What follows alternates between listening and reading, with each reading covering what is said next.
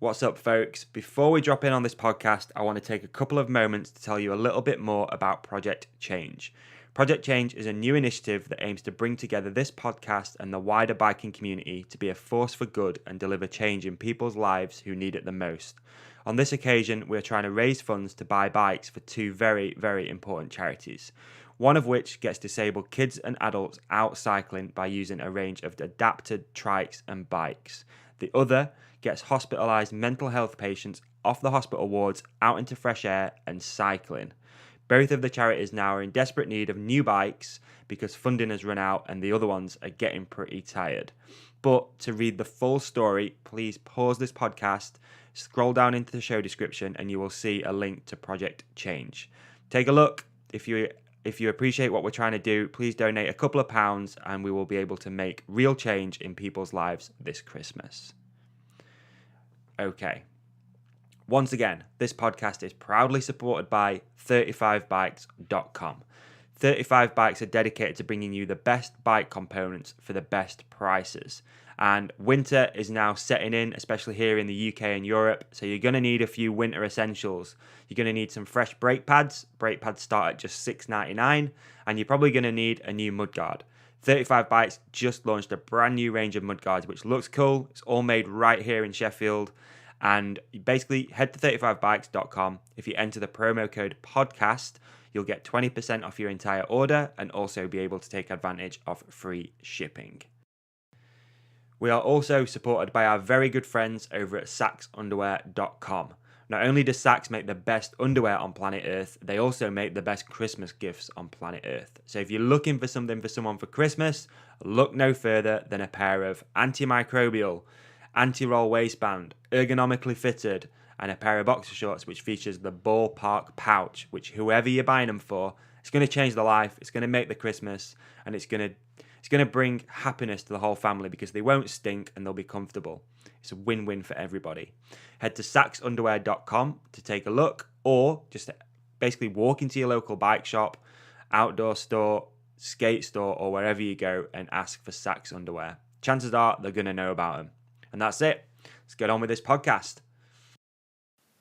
Welcome to the Hook It podcast, endorsed by @OW_23. Add me, tag me, follow me, please follow me.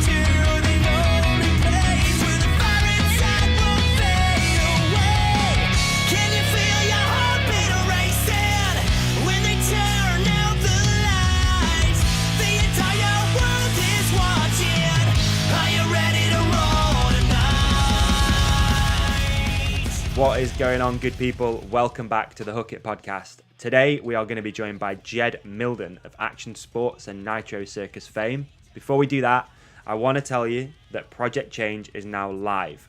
I know I spoke about it briefly in the introduction, but just to give you a bit of a backstory, when I first launched the podcast around 2.5 years ago, the plan was always to build a platform which at some point could be used to do really good things.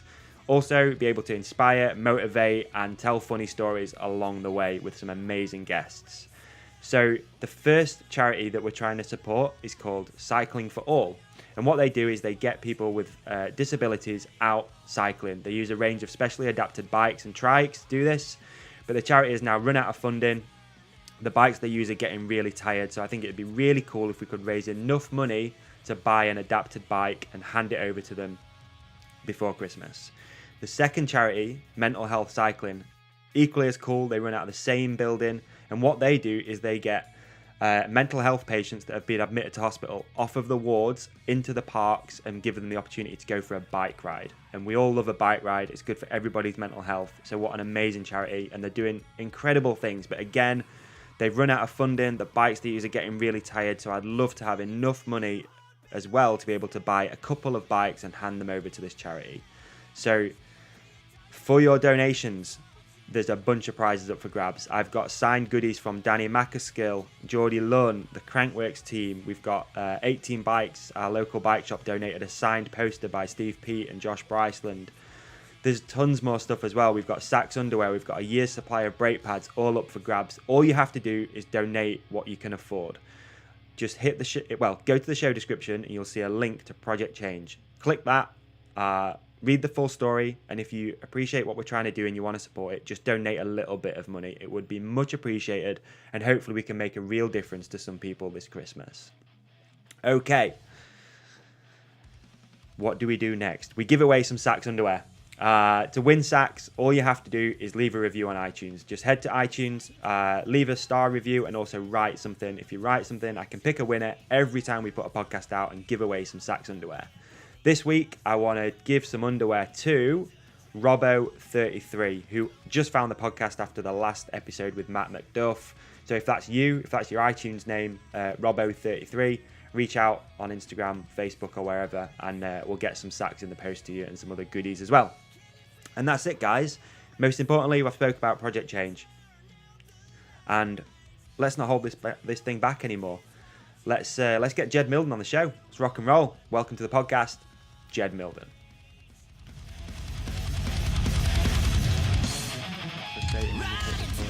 Just tell me real quick, like what you had for breakfast, so I can check the level.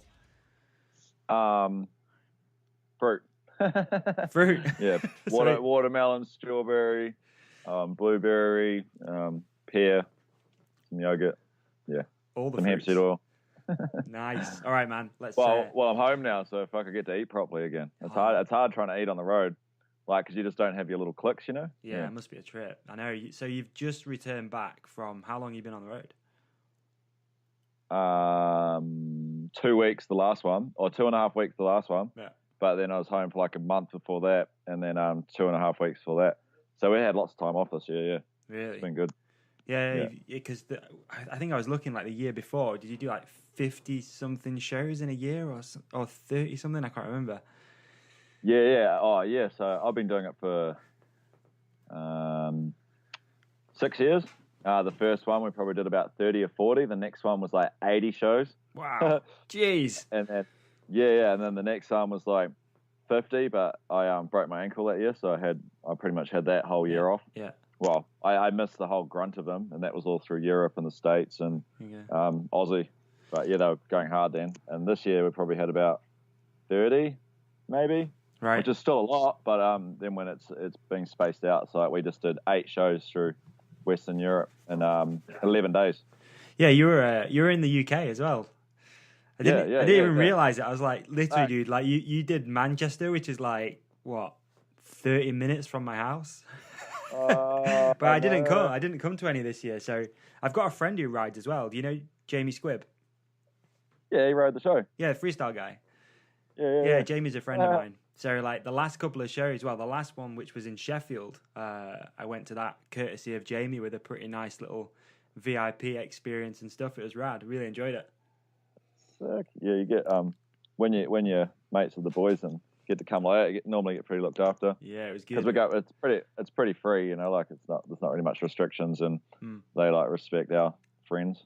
You know, sure. like this has been one of them, you know. So it's pretty cool. So it must be nice being back home already, right? Yeah, I've been home for nearly 24 hours. Yeah. Good. You tripped me out this morning when you sent me that message and you're like, it's 1 a.m. When do you want to do this? And I was like, maybe like 8 hours or something. No, I managed to get back to sleep. I don't normally go to sleep, but that flight home's grueling. It was like 33 hours or something. Really? Where'd you fly back from? Sweden? Paris. All right, okay. Yeah. Do you see any gnarly stuff? Because there's like riots and stuff in Paris at the minute. Yeah, we had like all our security sent out emails on the show the last day, and they'd like, it was gnarly, but I don't think the ones outside the hotel were gnarly. They had protesters out there, but apparently in the city, the boys went out and they seen like tear gas and fire engines and heaps of cops and stuff. And we got told, stay away from it. But some of the boys were like, yeah, I'm going to check it out. Awesome. Well, again, man, thanks a bunch for doing this. I really appreciate it. First podcast as well, or not? Yeah, pop my cherry. Oh man, I'm like the podcast virgin slayer.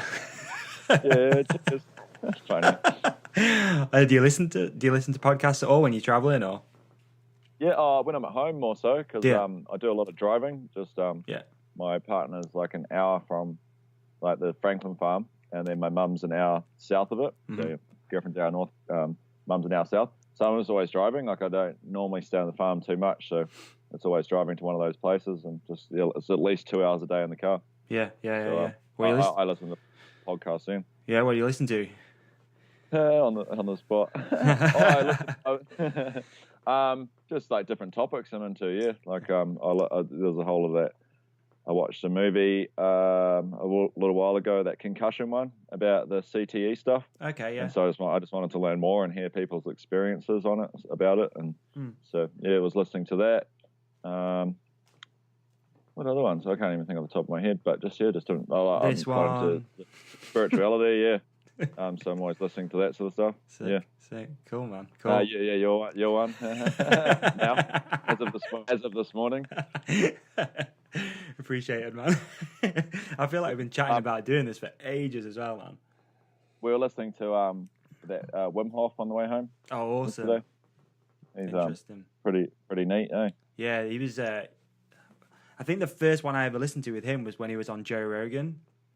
And that was rad. And we talked about it on the last episode, actually, with Matt, about cold and, getting up, getting in the cold, getting a cold shower in there and stuff. And I use it a lot now. Like, I just did it before. I'm like, when you said, like, we'll give me 5 minutes, I'm like, boom, 3-minute cold shower, we're up and running. Yeah, so we did it this morning. There's a little cold creek up the road. Yeah. On this drive. And it's where a lot of our bottled water comes from in New Zealand. Oh, sick. So it's like it's a spring. Like you can jump in it and you can drink it as you're swimming. Oh, nice. And it's 11 degrees all year round. Okay. So it's freezing. That'll get you. And then, get the old cells going. That's it. No, it's interesting, man, all that stuff. And I think for me, the best way to use it, so using the podcast as an example, like if I was going to do one of these pretty late, I'd bang like a quick coffee out and then be wired all night. But with the cold shower, you get it's almost like your brain turns on, but you don't get that like caffeine rush or anything. Yeah. So that's kind of how I use it. I just use it to my advantage where I can, but definitely every morning, dude, straight in the cold as soon as possible. It's unreal. Like there's so many, and that's like just a form of like getting energy for yourself. There's heaps of energy out there available. Yeah. It's just learning those different. It's like a life hack, like how to hack into the extra energy that's available. Yeah, it is definitely. I agree, man. It's crazy, and it's that thing as well. If you've conquered something straight away in the morning, like because you're in the shower, and I always like start pretty hot, get everything done, get clean, and then it's just like, right, let's crank it, and then you feel like you've achieved something straight away. And you guys that have cold water this time of the year. Oh shit, dude, it's freezing. It's cold. It's cold here all the time. It never warms up. So. Always usually like to kick these things off actually by talking about how you got into BMX. So I've done like a bit of research, but usually I like to keep it pretty chill and not go too deep into things so that I'm curious myself. But I looked into it a little bit, and like I know you played rugby, but how did you first get into riding? Bikes are like a form of transport growing up. I think I got my first bike when I was 6 years old for Christmas. The typical come out your bedroom, there's a paper trail to the laundry, and then there's my new bike. Sick. Like, whoa, and it just blew my mind. And it was a mountain bike, Furuno 10-speed, like from the warehouse, like the budgetist bike you get kind of thing. But it was perfect. It was perfect for what I needed it for, transport. Yeah. And then obviously you just start jumping and meeting like-minded people around the neighborhood with bikes, and it kind of just went from there. And then I moved from mountain biking to BMX because I was probably like 10, I think, 9 or 10, and I went to school on my bike, and then had a full brain fart, walked home from school. It's just funny how the universe works. So I walked home from school, and then I built this jump at home, and then next minute I went to go get my bike, and I was like, oh no, and just he replayed all my steps of where my bike could be, and I'd left it at school, so I boosted back down to school. It was gone, and so I was like, I need a new bike, and then so my dad was like, all right, if you save up half the money, I'll go halves, like however much money you can save, I'll give you the other half. Huh. So I was like, cool, mowing lawns, doing dishes, working at my dad's a panel beater, so I was working at his workshop, just sweeping floors after work. I think I was on like $5 an hour, and then so I do the maths, like whatever. I think I got to like $200, so it's like 40 hours of work. Yeah. I got to $200, and that probably took a few months, and then he matched it, and I went and bought this Diamondback Viper from like the local bike shop. Sick. It was $400, and yeah, I remember turning up home because I went from a mountain bike, 24-inch or whatever, to this 20-inch BMX. It was like, what? Like, because I could come home with this little kid's bike. My dad was a bit like, whoa, what are you doing? Like, what is this? And I was like, this is what I wanted. And he's like, oh, okay, whatever. And then, and then I just started riding that. And I actually sold that once to a neighbor up the road because I started getting over it. I was always really good at rugby. So I was like, I kind of got to stop doing this. And that was about 13 or 14. I sold it to him. And then, and I still never lost the passion. And my mate had a mountain bike and this BMX, and I'd still always get to ride it anyway. Yeah. And we went to Vodafone X Air, which is run for about 9 years in New Zealand. And we went there to watch Tony Hawk because we had like the Tony Hawk game. So we're like, well, Tony Hawk's coming to New Zealand, no way. And we went there and we went to this event, and we watched Tony Hawk skating skate park. Obviously not his forte, like he's a vert skater, and we just kind of went, I just wasn't really that impressed to be honest, if I'm being honest. Yeah. and I was like, well, it was cool as Tony Hawk, but after like 5-10 minutes, I didn't really grasp like what was going on with the skateboarding stuff. They kept jumping off and wasn't like that big and impressive, like technical. And now I look back now I watch skateboarding and just am mind blown at like what they can all do and even could do then. But then I walked out into this back room, and there was a box jump, and it was the Haro box jump, and all these BMXers just pedaling their ass off into this jump and just got massive. And I was like, whoa. And it was the same guy I'd sold the BMX to, one of my best friends, Chris Quinn. Right. Well, he was riding it. No. Oh, you with him? Okay. We went to watch Tony Hawk. We were nowhere near at that level. And then he after that, then we went home. We started like progressing it more, building more jumps, and he gave me the bike back. And it kind of was sparked from there. And then that's when I knew it was a sport, because until then, this jumping stuff that we were doing, I just thought we were the only ones doing it. Right. And then went to this event to see Tony Hawk, and there's all these kids just shredding these BMXs. And then turns out we had this local skate park called, I'm from Taupo, and the local skate park there is still one of the best in the country, and that was built in May 2000. It's still one of the best today. Really? So that's kind of how I got into it. Right, that's cool, man. That's lucky. There's like a running theme though with this podcast, and people I've had on that they like start doing something like a sport, but they don't even know it's a sport, and they become amazing at it. So a good example, I think Nyquist said that too, but definitely Danny Macaskill was like, I was just like riding trials in the local village. I didn't even know it was a thing, and then all of a sudden I'm like amazing at it, and I'm like one of the best in the world. It's weird. So sometimes living a sheltered life and like not having the internet and stuff probably is a good thing too, isn't it? Like you can't constantly be hustling and looking at Instagram, creating your own, influencing yourself. Yeah. And your peers influencing you. Yeah, definitely. So you made the decision to like fully screw the rugby thing off, or did you do better? Yeah. And then I was kind of just balancing it, and ended up going on and getting all my schooling paid for over the next 3 years. And then as soon as I left school, because you kind of take a few steps backwards in rugby, I feel, in New Zealand, because high school rugby's just really, really advanced. Okay. Here, the competition I was playing in was just gnarly. Yeah, I think I was 14 playing against like 18-year-olds. And really? Like Islanders. Yeah, the Island boys in New Zealand are pretty big boys. At that age, yeah. So I toughened up pretty quickly. But and then I left school. I think I was like 100 kilos when I left school. I'm like 85 kilos now. Wow. So I was like, I was going to be pretty big. Yeah. And I just decided I didn't want to do it anymore, and so I got a job and just kept riding my bike. I left school halfway through my last year, at school, basically to start riding my bike. Oh, sorry, reverse a little bit. That year at the X-Air, the place that I first fell in love with it, I actually won. So the first year I watched Tony Hawk. The next year I tried to ride in it as a BMXer. Couldn't even jump the dirt jumps. Like, it's crashing, just getting smashed. Then the following year I managed to be able to jump the jumps and qualify as one of the New Zealanders. And then the following year I actually won the park competition out of the New Zealanders and got second in the dirt jumping. So my good mate Paul England, so we still ride with every day and shred. Right. And then that was my last year of high school, and I got awards and was finally recognised. So sorry, I need to reverse this a little bit more. That's cool, man. No worries. Yeah. It's like therapy, isn't it? Yeah, because it's just sparking all these crazy pathways. So in my fifth form year, I made the 15, and then I didn't want to. And then the next year I was like, I don't want to go back to school.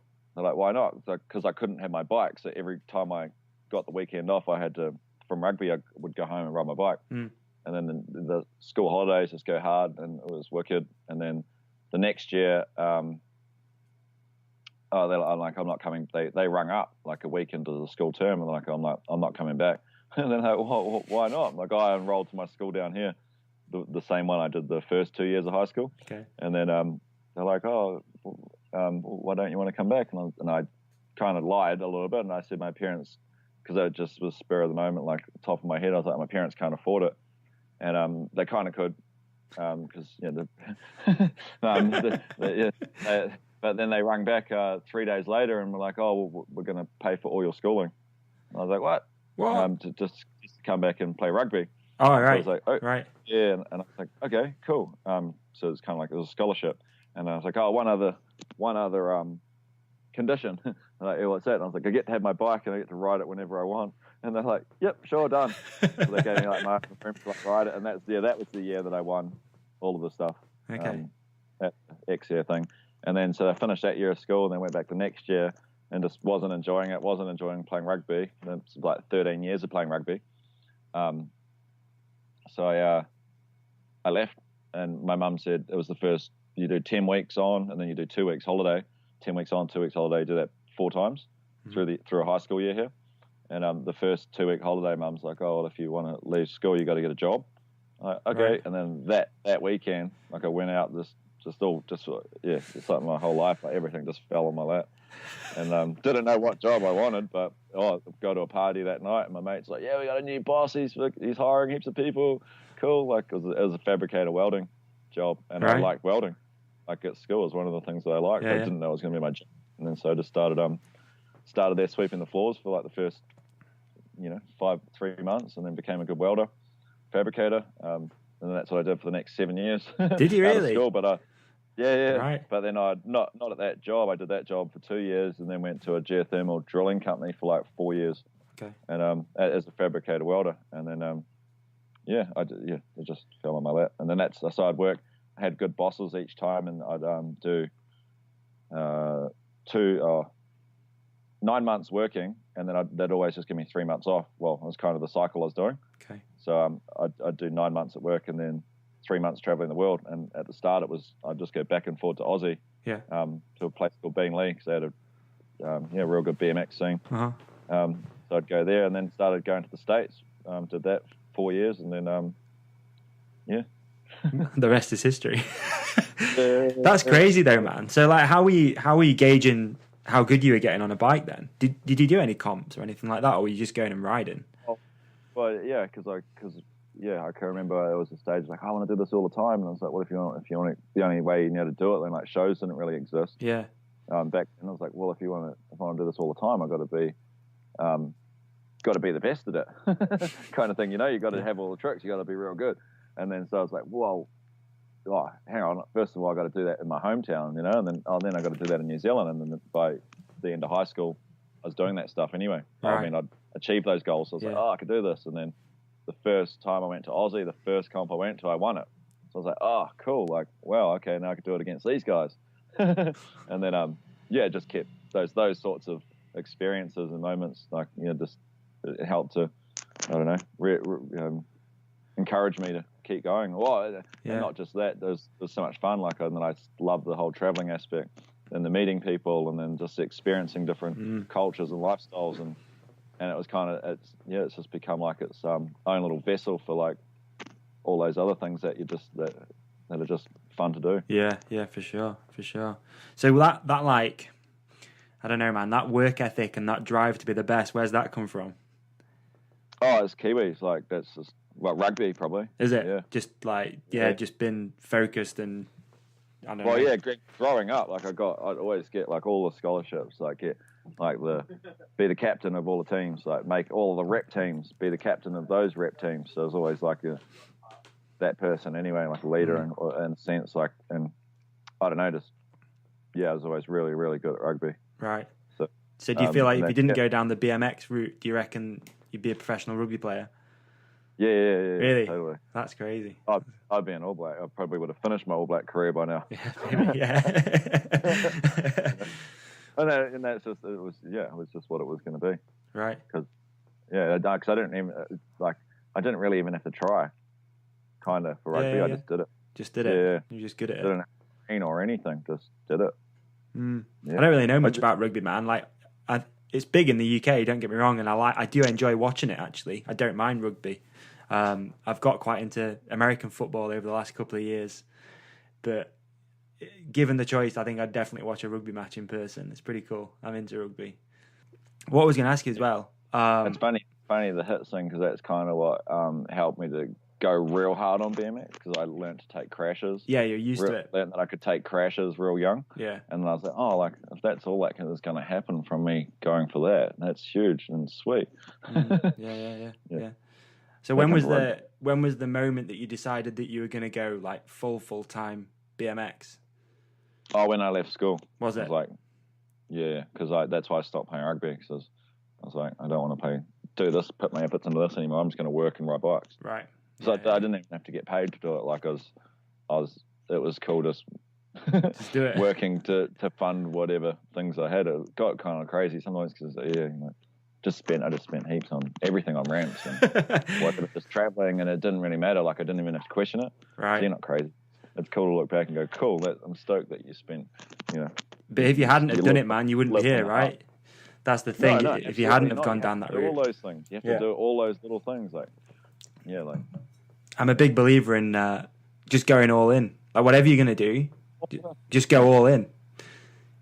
Too many people fanny around the edges of it, right? Like, just tickling it. Just get in there. Yeah. Everything you got to go all in. Yeah. It's all or nothing. I love that. Especially because I'm a Scorpio baby. Scorpio babies are all or nothing. Oh, really? Well, Scorpio. When's that? November. I'm Sagittarius then. All right. I didn't. Although, it's my birthday actually in a couple of hours. Just kind of remembered. That leads on perfectly to go. When you say about going all in, I read about the triple backflip, which seems to me like that's what like really catapulted your career, was the triple, landing the triple. I read that you went all in. You literally spent all of your money, and then did you get a McDonald's or something to help raise some cash? Like, well, they paid for the Guinness. Really? Yeah, they paid for the Guinness record. That's cool. That's real cool. My local work, all my local works and stuff helped support it, and just any local business people that I'd met just loved the journey and the ideas. Like, I want to do this, and like a lot of them were like, it seemed like, in a sense, kind of like, reliving their childhood maybe. Okay. And then like them wanting to have those opportunities when they were younger, and then there's this young guy in town coming through like, hey, I'm going to do this, blah blah. Whoa. And they were the same like-minded people. It just happened I went to the like-minded people that were doing this stuff anyway when they were younger. Right. They had skate ramps that and it's before it was even sport, like mid-80s. Yeah. So they were all in. You just pitched to them, I've got this idea, can you help out with some change? Yeah. Wow. That's rad. Super cool. Yeah. No. Oh well, I spent all of that. They're just things like machines and diggers and scaffolding and then wood and I bet it takes a shit ton of resources to make that happen. Yeah. And then just always had good local, good bosses and just good local support. Like Taupo's amazing. Just an amazing town, and they just love someone doing something, love people doing stuff, and lots of youth support there. Right. That's one thing I was going to say. I'll ask you this in a sec, actually, but up until Triple Flip was 2011. So did anything huge happen in your career, like between sort of turning pro technically and the Triple Flip? Well, that's when I turned professional. Oh, that's when you that was the major turning point. Yeah, because I wasn't professional till then. I mean, I'd ridden professional competitions, but all those competitions, like as I was saying, I'd save up for 9 months and then go traveling for 3 months. Those 3 months traveling, I'd go to like Jew Tour and whatnot. Okay. In the States, So I was going to compete in all those comps, but you had to pay your way to get there, pay for hotels, pay for all that stuff. Yeah. So I was funding my own professional career. Got you. Yeah. It's got to be done, man. It's got to be done. Grassroots shit. So I was my own sponsor. Yeah, for sure. So where'd the idea come from for the Triple Flip? Oh, that's a real good question. Yeah. It came from Jew Tour days. Did it? Because we'd spend all that money going there, and then I was with my friend Dane Seals. Not sure if you heard of him. Yeah. Okay, yeah. So I was with him at I think Chicago. Oh, Baltimore in 2008. Okay. I think 2009, and 2009, and we'd both done, in our opinion, qualifying runs, but not being recognised, Right. Because there's 50 guys that get a shot and only 12 of them qualify to go through into the 30-man event. And so we'd do these qualifying runs and be like, nah, we got ripped off. Like, right, really? So it kind of come from that, because we sat there that night. I'm like, all right, we got to make these guys recognise us. These guys just don't recognise us. They just don't know who we are. So let's make them know who we are. And so we're sitting there, and I'm like, all right, what are you going to do, bro? And he's like, I'm going to jump the biggest dirt jumps in the world. And that's the Giants of Dirt project. Oh, yeah, of course. Yeah. That came. And then at the same time, I rode for Unit at the same time too. And I was like, he goes, what are you going to do? And I was like, I'm going to do a triple backflip. and that's how it came about. Really? So then we're going to say, all right, let's go make these guys know us. And then literally, I think, I did the triple in 2011. Yeah. Started like progressing it, or like having the vision of it since 2008 or 2009-ish, and then I think I built my first mega box in 2010 with I call the big jumps the mega boxes, because the box jumps like straight up, blah blah, like 60 degrees plus angle, and the mega ramps are like long, so I dubbed these things the mega box in like 2010, and the first one was like 22 foot, 8 foot lip, maybe like a 12 foot high landing, 15 foot high landing. Okay. And double flipped it. And then so I was like, all right, cool. And that's when we had started advancing that dream of the triple flip. And then I think then Dane started doing the big jumps through that time as well. Yeah. It took him a good year or so. Unit must have been stoked too, because like that clothing brand was just starting to blow up as well, wasn't it? I remember starting to see Unit around that time, and they were always involved with those like cool, especially Aussie and New Zealand projects. Yeah. Well, I think they're pretty well established by then. But then, we just helped come and give it a bit of a turbocharge. But them also with us, so it was like mutual benefits for both. They helped us with our career. And, I still talk to Paul actually. No, really. Yeah, I think we exchanged emails ages ago. Long story, but but yeah. So that's where the idea came from. So how did you go into putting that into practice? So you went out, got the fundraising together to start building stuff. Well, it took so that's where I was going. It took 3 jumps before I actually got into the stage of the triple flip jump. And they were all funded by different events. Okay. So that's kind of another cool universal thing that happened. Like people were approaching us going, "Hey, we want to build a mega ramp." It's like, oh, cool, because I got this idea. Okay, let's do it. And then anyway, built the one, done the first try, I tried a double flip, I landed it, and I was kind of like, oh well, cool. All right, let's went to them to do a triple flip for next year, but they're kind of a bit like, oh yeah, I don't know. You've only just done the double kind of thing, and it's like, oh sweet. Well, then we went off, and I went back to my local council, and then they had an event coming up called the Around the Lake Cycle Challenge, and then that whole week before it, they do a week called Bike Week. Yeah. And so then that's where another jam that I used to do when I was younger called Main Street and Mega Box Jam. And then we had the box jump, the quarter pipe, and the Main Street, and then what I thought was then going to be the triple flip jump. So it was a little bit stepped up version from the Mega Box before. Right. That's probably like a 3 meter higher rolling. And then obviously in proportion, takeoff and landing go a bit bigger, gap goes a bit bigger. But could only do doubles on that. And then Farm Jam came up not long after that. So that was start of 2010, or end of 2010. And then Farm Jam was in the start of 2011. And then Nick Franklin, which is the Franklin Farm. Yeah. Do you know Nick Franklin? I don't know, no. But I've been watching a lot of videos over the last couple of days for sure about Franklin Farm.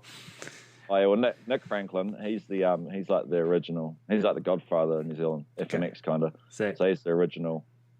He was with Red Bull for like 15 years. Okay, kind of that thing. setup he's got sweet as well, man, isn't it? How cool is that? Yeah. So we were both riding for Unit at the time, and then we got on a plane. Oh, that's when the Christchurch earthquakes were going on. Oh, right. And so we went to the airport in Tauranga to go fly down to Queenstown to go to the Farm Jam, and we just got bounced around for a few days, so we became quite close, And then on the way down, I was telling him these ideas that I had, and he was like, "Oh, yeah, cool, you can do it on the farm." Oh, that's sweet, because he had the foam pit. I'm like, "Oh, yeah, cool." And then when I was at that event, I'd heard that a mountain biker was ready to do it, Andrea Lekondagi. Right. So I was like, and he was ready to do it. And then I was like, "Oh, that's my dream. Like, that's what I want to do." So then that's when I really kicked it into gear. And then I went to Unit then and just told them my plan. And then they're like, write us a letter, write Paul an email of everything that you want to do and how you want to do it. And we'll go from there. And 2 weeks after we left that event, I had the rolling on the Franklin Farm. Yeah, and then had that up for 5 weeks. Mind you, through this whole time, I'm still working a fabricated welding job. So I'm doing like 9 hours a day, and then cruising out. There's daylight savings. I'm cruising out there after, 60 kilometers away, to go practice at night time, and then back to work in the morning for 8 hours, and then back out there at night trying to learn this triple flip. And then I think then I took a month off after that, and then and then I started getting like ants in my pants about it, and then I was like, no, it's on, like I got to go do it now. Mind you, I'd only just got it in the foam pit over that 5 weeks on the last weekend, and kind of had to pull it all down because the scaffold and stuff is costing a lot of money to keep it up there. Right. So it took 5 weeks to get it down, the trick. Yeah. Wow. Yeah. Just different takeoffs, bit more extension on the roll, and like just going through all of that process. Okay. And juggling a full-time job. Yeah. Or juggling a 40-hour week job. But luckily, when you're young, you just got turbocharged with energy. I guess that's the crazy thing as well that people don't see is how much shit's going on in the background. Like, like you said, tweaking everything, trying different takeoffs, 1 degree, 2 degree, whatever it might be, like a bit more height. It's like it's crazy how long I bet that takes. And that gets pretty funny, like the universe stuff, because I always like look at the universe and I'm like, oh, why like that? Why like that? Like, okay, sweet, thanks, but could have been a different way, So it's all good. Like, I don't understand it as just what it is. Yeah. I went back to work and for about 5 weeks, and I was like, all right, I'm ready. I'm going to do it like in 2 weeks' time, and had planned it all. Oh no, sorry, that's what kickstarted it, even turboed it again, because then I found out the actual dates of James Foster going for it at the first ever live show. So Andrew called it, but there was no plan as to when he was going to do it. There was no plan, but he called it, and that's what sparked the whole project. And I'd learnt it, and so I was ready to do it. And then I found out that these dates of when James was actually going to do it. And I was like, whoa, and it was at a Nitro Circus live show. And I was like, oh, all right, got to do it. So I turbocharged it on my end and just went hard. And that was after a month of going back to work and kind of just pondering on it and do it. So I love having that whole, the work ethics as well, like of going to work, and because, doing 40 hours a week, it's gives you good appreciation. Yeah, for sure. But it must be weird as well because you're carrying around that idea all the time that you've got this thing that you want to do. I bet you barely slept, man, for a month. Yeah, well, and as well, like going to work, you can kind of go autopilot doing that stuff, welding and whatnot, especially welding. So the whole time I'm welding, it's like I'm meditating, just like, and we did high pressure steam filled pipes. So like, I think the longest weld job I did took me 2.5 days. Really? Kind of thing. Shit. Effective, yeah. That's one weld. Wow. Shit. Weld. Wow. Just welding 2 bits of together. And but yeah, then so I made these dates, and it was crazy because my whole, just being blatantly honest here, but my whole work career, I always have drug tests before the job and never through it. And then so this one job, I like to smoke pot, but blazed it quite chronically growing up. Right.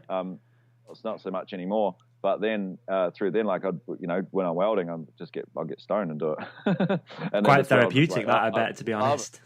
Unbelievable. I got paid to get blazed and weld, and none of my welds ever failed, might I add. Like they were X-rayed every single time.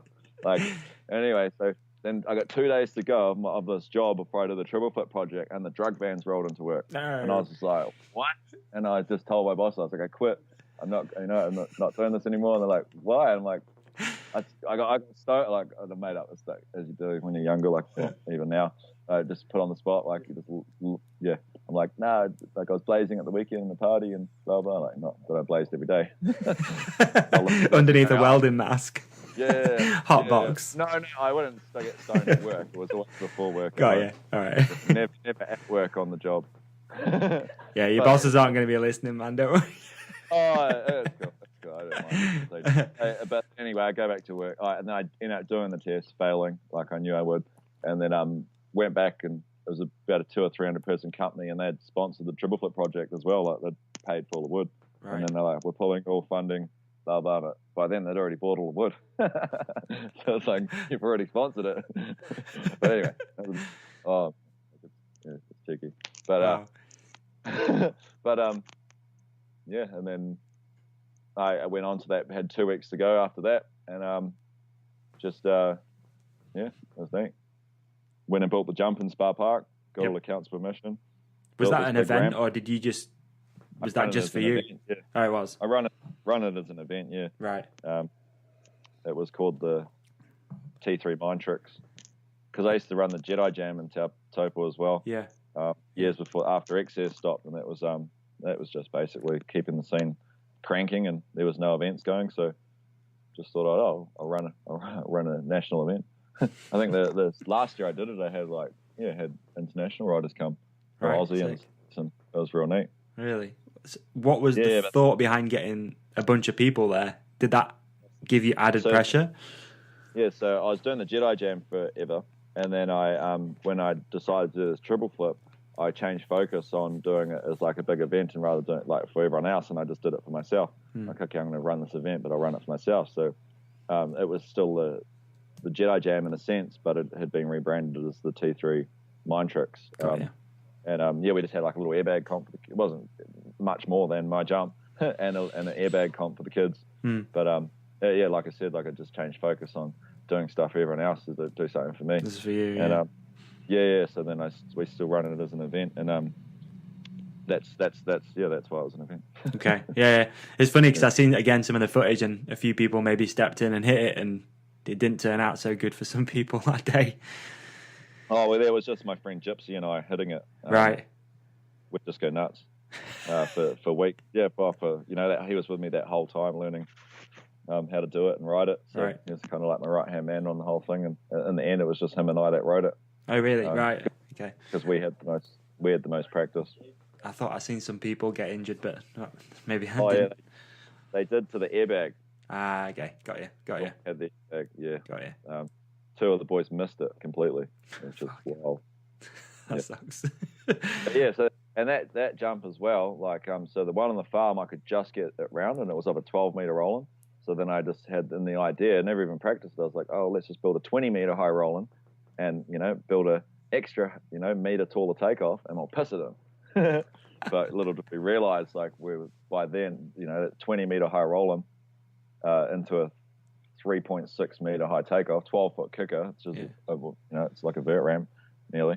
We're like almost peaking out the BMX. We're going 70 k's an hour. Fuck. So it was even just to hit that jump, it was like, whoa, this is real wild. And then I was like, well, I can't just go straight to landing. I don't even know where to put it. So we looked into stuff, found an airbag, got an airbag, and this is all through that, like, doing a job. Just seeing that James was going to do it. I think I had about a month to get it together, and got it all together, and it worked.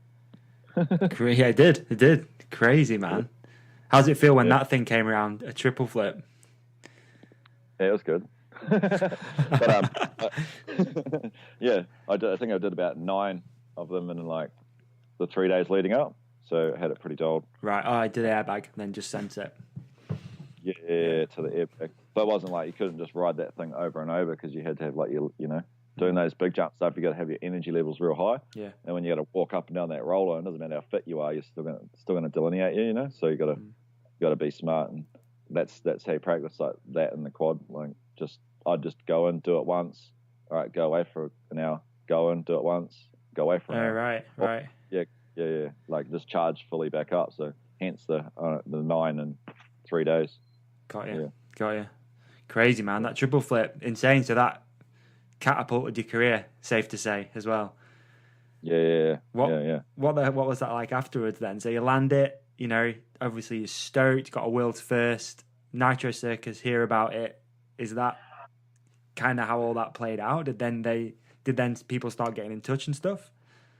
I think, Hoffman was the first one to email. Really? After. Oh, wow. Yeah, invited me to X Games, because X Games is in like 2 weeks. So I was like, yeah, sweet, I'll come. And then I went there. Right. Yeah. Wow. And then night not long after. So it was pretty. Were you already watching that stuff as well? Were you watching Nitro and looking up to those guys? Yeah. Did you know James already or no? Yeah, I'd read him. Oh well, I'd been doing all the Jew tours forever, so I'd already been in all that scene, and been riding with all those guys at all different events, and I'd already come up against James multiple times by then. I think the first time was at like Elevation and Whistler. I can't remember what year, but like maybe 05, 06. Okay, right. Big Red Bull dirt comp. Yeah, massive. Like the trick I was going for probably would have beat the trick he landed, but I couldn't land my trick. And then he landed it and he won it. And then I think the next time, like James for example, was Cam's Jam maybe, and then I think we got first equal. Right. And then and then all this stuff kind of happened. So it's like, it wasn't like we were battling, but we were just always battling. trying to do the same stuff. Yeah. We're always just in the same paths. Yeah. I think James has probably got like 30 world firsts or something to his name now. Yeah. He's invented so many tricks. I think he did the first triple tail whip. Yeah, of course. Well, if people listening who haven't seen the video, it's got nearly 10 million views now, which is rad for the triple flip. Go check it out. I'll put a link in the show description for the triple and the quad as well when we get to that. I'll put that in there. So check it out. Let's give it some more views. Try to push it over 10 million in the next week. Talk to me then about Nitro Circus, because you obviously joined Nitro pretty much after the triple flip. Is that right? Or was there a bit of a gap in between? There's about a year, I think, because there's about a year. Okay. Yeah, they originally asked for me to do triple flips in all the shows, and I didn't really want to, so I just named a ridiculous figure. And then brutally honest. I love that. Yeah, honestly, it's the best policy, and how I am nothing to hide. But I just named a ridiculous price, and then but the thing is, dude, that's at the time it's the gnarliest trick in the book. Yeah, but then it wasn't until I came to New Zealand, a year and a half later, that they wanted a New Zealander, and I was the person that fit the mold, and for down here, and then got invited on tour just to do whatever I wanted. So I was like, cool, yeah, I'm down. I've got a bunch of questions about Nitro. I've been a massive Nitro Circus Nitro Circus fan since I was a kid. Probably one of Travis's biggest fans. Ever since Travis's early days racing motocross, and I've looked up to that dude since forever, man. You know, like I think, you know, when people ask you who do you want to sit around a table with and have dinner, like Travis is always the boy. I'll be like, yeah, I want to sit around and have dinner with Travis, or, you know, a few others, but Travis is always in there. He's done so much for action sports, it's crazy. But yeah, what was it like just like connecting with those guys, man? What the hell? It's crazy. Well, yeah, I get real starstruck real easy. Right, really? Like by a lot of people, like through BMX, because I always had like magazines and stuff. Like when I was meeting all these guys, it was kind of, I don't know, it was really intimidating for me. But then, so yeah, when I joined Nitro, I was actually really happy that Travis wasn't on the first one, because I don't know. Yeah, he was, and I didn't actually get to meet Travis for like 30 shows. And really, I've done 30 shows. Yeah. Because he was, you know, he goes hard on his rally driving and everything else that Travis does. Yeah, all the other stuff. Does, oh my god, he does so much. Uh-huh. But yeah, when I did, it was really nice. It was at his house, and it just made me feel real comfortable, as he does with everyone still. And just yeah, he's a real neat person. He's like, yeah, he's everybody's hero. Yeah. Oh man, for sure. I can't. Yeah, I still always buzz out, like walking down a hallway. I think I just finished the last tour, and Travis. Yeah, I just to even talk to Travis as well. I can't believe I'm even saying this. Like, no, but it's crazy though, man, that you still, you still trip yeah. out about it too. It's natural, I think. Yeah, just to hear like a Jed bro, and you're like, oh, Travis, what up? It's like, yeah, it's surreal. It's real humbling, and it's unbelievable. Yeah, it's been cool, like researching a little bit into you as well, and I've gone back and watched like almost every Nitro film over the last couple of days, just because they're just sick. Like I remember growing up, that was my thing, man, just watching Nitro Circus in the evenings. So yeah, man, I appreciate that. Thank you. You've made my last couple of days pretty cool, to be fair. Cool. Yeah, and like and Travis as well. Like I'm saying that with everyone else. Like Travis kind of is like the mold, you know. Yeah. Like in a sense, like for Nitro Circus. So, and just an amazing person. And yeah. And what he's done with that whole brand as well, you know. I know this is not a podcast about Travis, but what he's done with that whole brand is just nuts. You know, the scale that's operating on now. And to see it inside out, like go into the offices and see how many people are working in the offices and how much infrastructure it actually does take to run that live show. You know, well, obviously it started out as a live show, and then now it's just got everything else going for it. It's got the TV show that you know, has been so wild, like for the whole time. So that's always on the go on tour as well. There's people out filming, like doing all that. Okay. Now they got all the World Game stuff, which is just taking off hard out. Like I was just at the Paris shows, and they just had the scooter best trick. Oh really? Right. Yeah, and like that was nuts to see all that infrastructure. And then there's all the live streaming, going to another room and to see all that infrastructure. And like, yeah, I think there's just a whole lot more coming. Then there's all the clothing side and the toys and the games, and it's nuts. It's insane, isn't it? It's unbelievable, yeah. And like, Travis is the perfect person to be there. Oh man, he's the poster boy for sure. Poster boy for action sports, and you know, for almost every sport. Literally. Yeah. So like on a daily basis, you're surrounded by, I guess, some of the best action sports athletes in the world. What's that like? Like, is it hard to, I don't know, keep a level head sometimes because there's just so much shit going off that's just like world firsts here and. Well, no, that's when I was kind of saying about the mold kind of thing with Travis. So like, it wouldn't really matter what Travis did; he still would be the same person. You know, it wouldn't matter what sort of deal he did, or you know how many flips he did, or whatever. He'd still be that same person. Right. So I guess that's evident through all the other guys, you know, and everyone else, because no one really gets too over the top or whatever. So it's quite easy to keep a level head around everyone. Got you. Yeah, got you. I guess you've got to be, you know, you're going to be together all the time, traveling all the time. It can't be. It can't be 100% all the time, can it? It's got to. No, every high has a low. It does, exactly. Now, for me, for example, I was trying not to get super excited, you know, because I know that will have its implications to. Yeah. How do you keep like your mind and body in tune then throughout a tour like what you've just done? Because you just had, what did you say, 2 weeks on just now? Yeah, we just, so like when we started this tour, we got there, we had 2 days off, and then we just did 5 shows in a row. Wow. Like back to back, 5 days in a row. It was pretty wild. So for me, for this tour, I stopped drinking and smoking pot before I went on tour. Yeah. Right. Just because I knew it was going to be quite grueling, and like I'd do that often, like balance it out, and then go on a tour and just keep it straight. Okay. But I do that, and then I like to.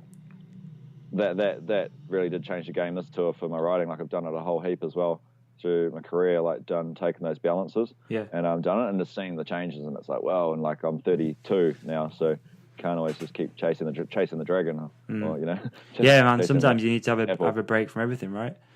Yeah. So another way I do it to keep like mentally there is just do the good, you know, like try and eat as best you can. Like that's why I love being at home, because you can eat really, really, really good, because you got a little clicks, as I was saying before. And then another one's meditating. Like I've just learned over the last I suppose I've always done it anyway, in a sense, like you can become quite mindful when you're doing these sports anyway, to get to any level of any sport, especially something that's being self-taught, like freestyle sports. There's no coaches or anything, so you've got some sense of like responsibility and like, you know, the morals and mindfulness that you got to live by to be looked after, kind of thing. Yeah. And so now I've just been kind of turbocharging it with, like, you know, the cold showers and meditating each day, and that seems to work for me. But on the other scale, I still can do a tour and send it, and drink and whatnot. But I'm just not as optimum. And when you're going into something with 5 shows back to back, you got high chances of. And like I knew this tour I was doing, didn't have to, but some shows doing 2 triple backflips a show.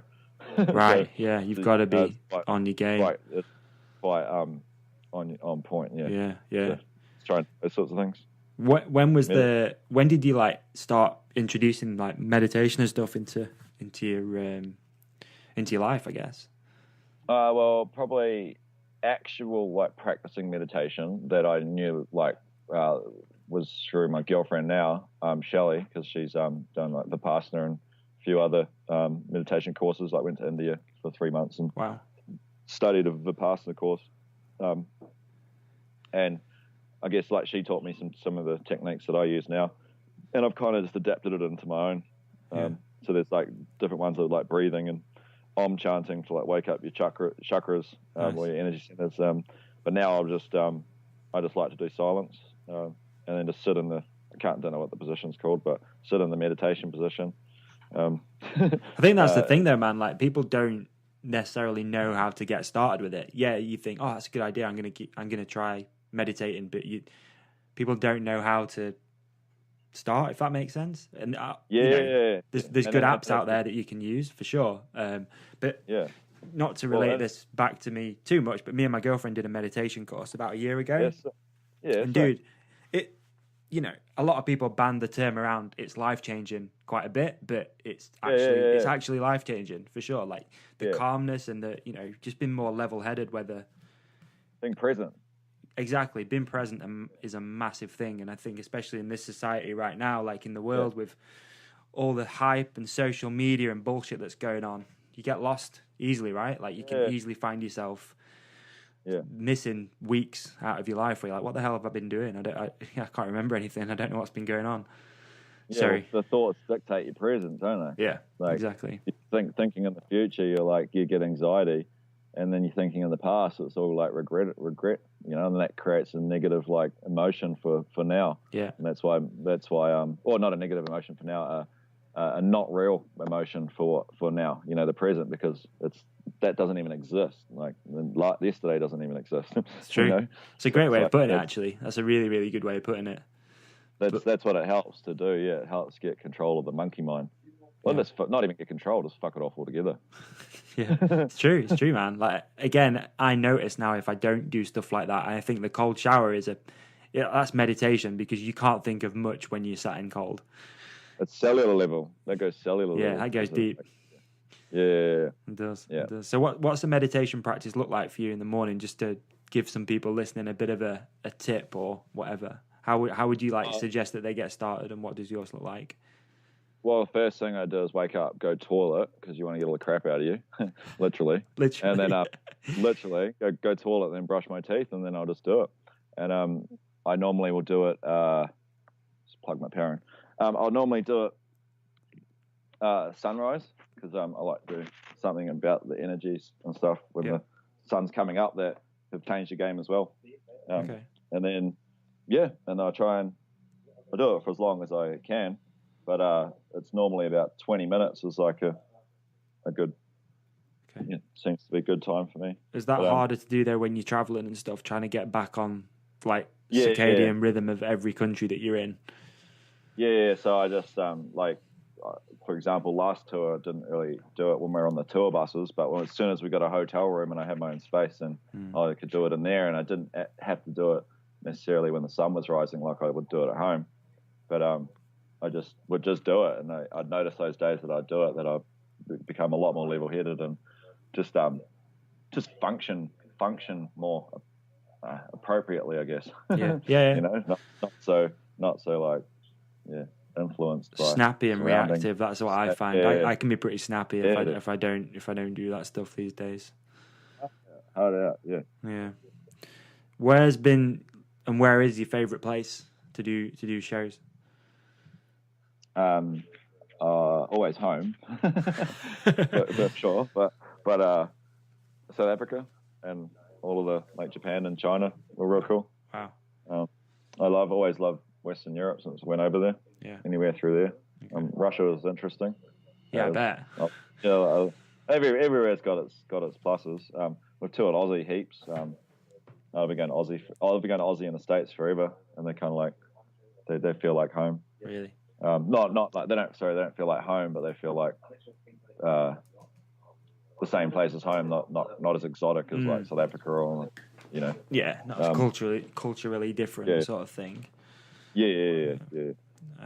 One thing I was going to ask you as well, so like eating habits and stuff when you're on tour, how hard is it to maintain a decent diet? I think I can function pretty well with anything anyway. You don't stick to anything like particular. You're not vegan or keto or whatever. I've done a vegan diet before.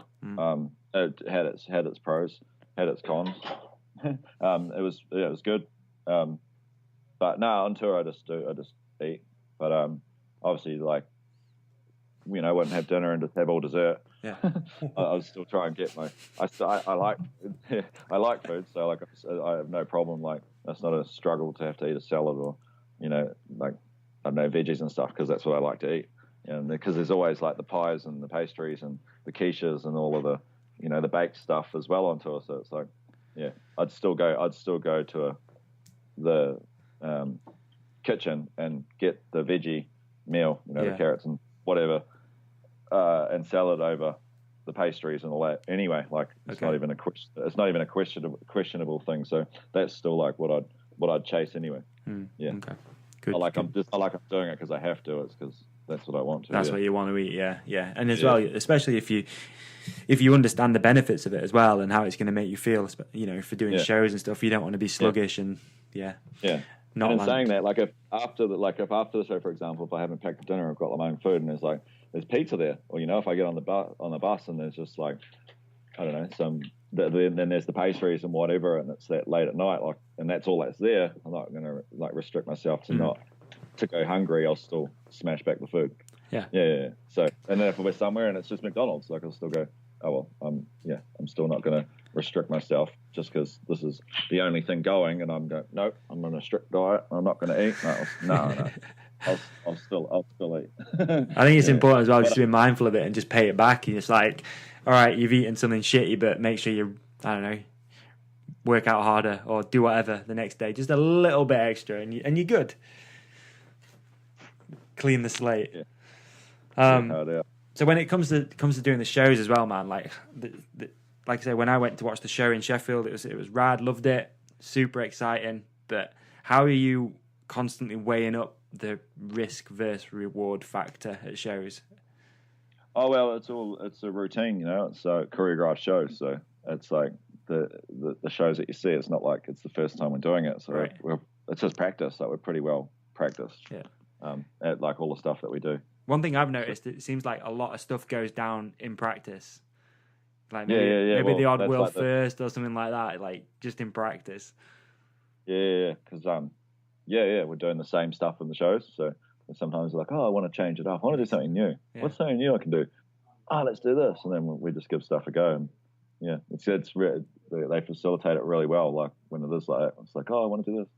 Let's set this day up. And yeah, Travis is really neat. Like there's been a few days like he calls it. It's like, all right, progression session. We're doing this morning, this day of this show. I'm like, cool. Let's do a progression session. Yeah. So it must be pretty cool though, as well, just bouncing off everyone. Because everyone's like so at the top of the game, you just bounce off each other and just throw down. That's super cool. Not many people get to experience that. Yeah. How doubt. All right, man. I want to talk about the quad flip real quick. Yeah. Because hopefully you're not sick of talking about oh man, that looked good, whatever that was. No. The boys just cooked pancakes. Oh, keeping you. What's up, dudes? What's up? What's up? A couple of cameo appearances on the podcast. That's cool. Nah, they're always together. These boys on the freestyle program too. Oh yeah. Everyone else is at work now. Yeah, that's true, man. That's true. Living the dream. Yeah. Living the dream. Well, Taz and I, Taz is over there. Yeah. That one walking. Oh yeah. What's up, Taz? Taz has got that electric bike company. You'll see in the background. Oh, is that his? That's his, yeah. New Zealand importer. And then my mate Rafiki there. Yeah. with no eyebrows. Him and I. He's got a digger company in New Zealand that. Right. So that's the farms digger.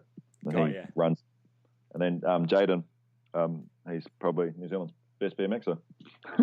And then he's on the freestyle program too. And we've actually got our dirt jump nationals this weekend. Have you? So yeah, we run that as well for the kids.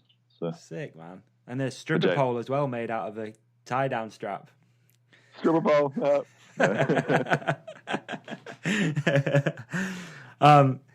Quad flip. How quickly did you think of the quad flip after landing the triple? Oh well, so it was instant. Was it? Yeah, it was like landed, and I was like, cool, because I'd built the first jump to double flip, and I was like, oh, cool, well, just make it a bit bigger. That's the formula. Just make it a bit bigger, because I'm all about formulas, and there's always a process to things. And once you find it out, you just got to, take one step in front of the other, and you can do anything really. And then so it was like, do the triple flip, land it, go home that night, and I was already thinking it, but before I got home. And then my parents and my aunties and uncles were in the lounge having dinner. Everyone was stoked, so, as you are. And then they were like, looked at me like, hey, so what are you going to do now, boy? And I was like, quad flip. And then the whole room just went quiet. And I was just like, yep, see ya. And I walked off, and it was kind of just like, oh yeah, okay, whatever. And then 4 years later, I did it. And I told them I had 6 months off tour, and Mum was like, so what are you going to do? You got 6 months. What are you going to do through this time? I'm like, oh, I'm going to do that quad flip. She was like, I don't want to hear about it. And so I didn't tell her again until 9 months later, until I'd done it. Really? Wow, dude. Wow. So what was the differences for the quad flip, like headspace wise, like all that sort of stuff? Like what was going on? I guess a similar headspace, but more the only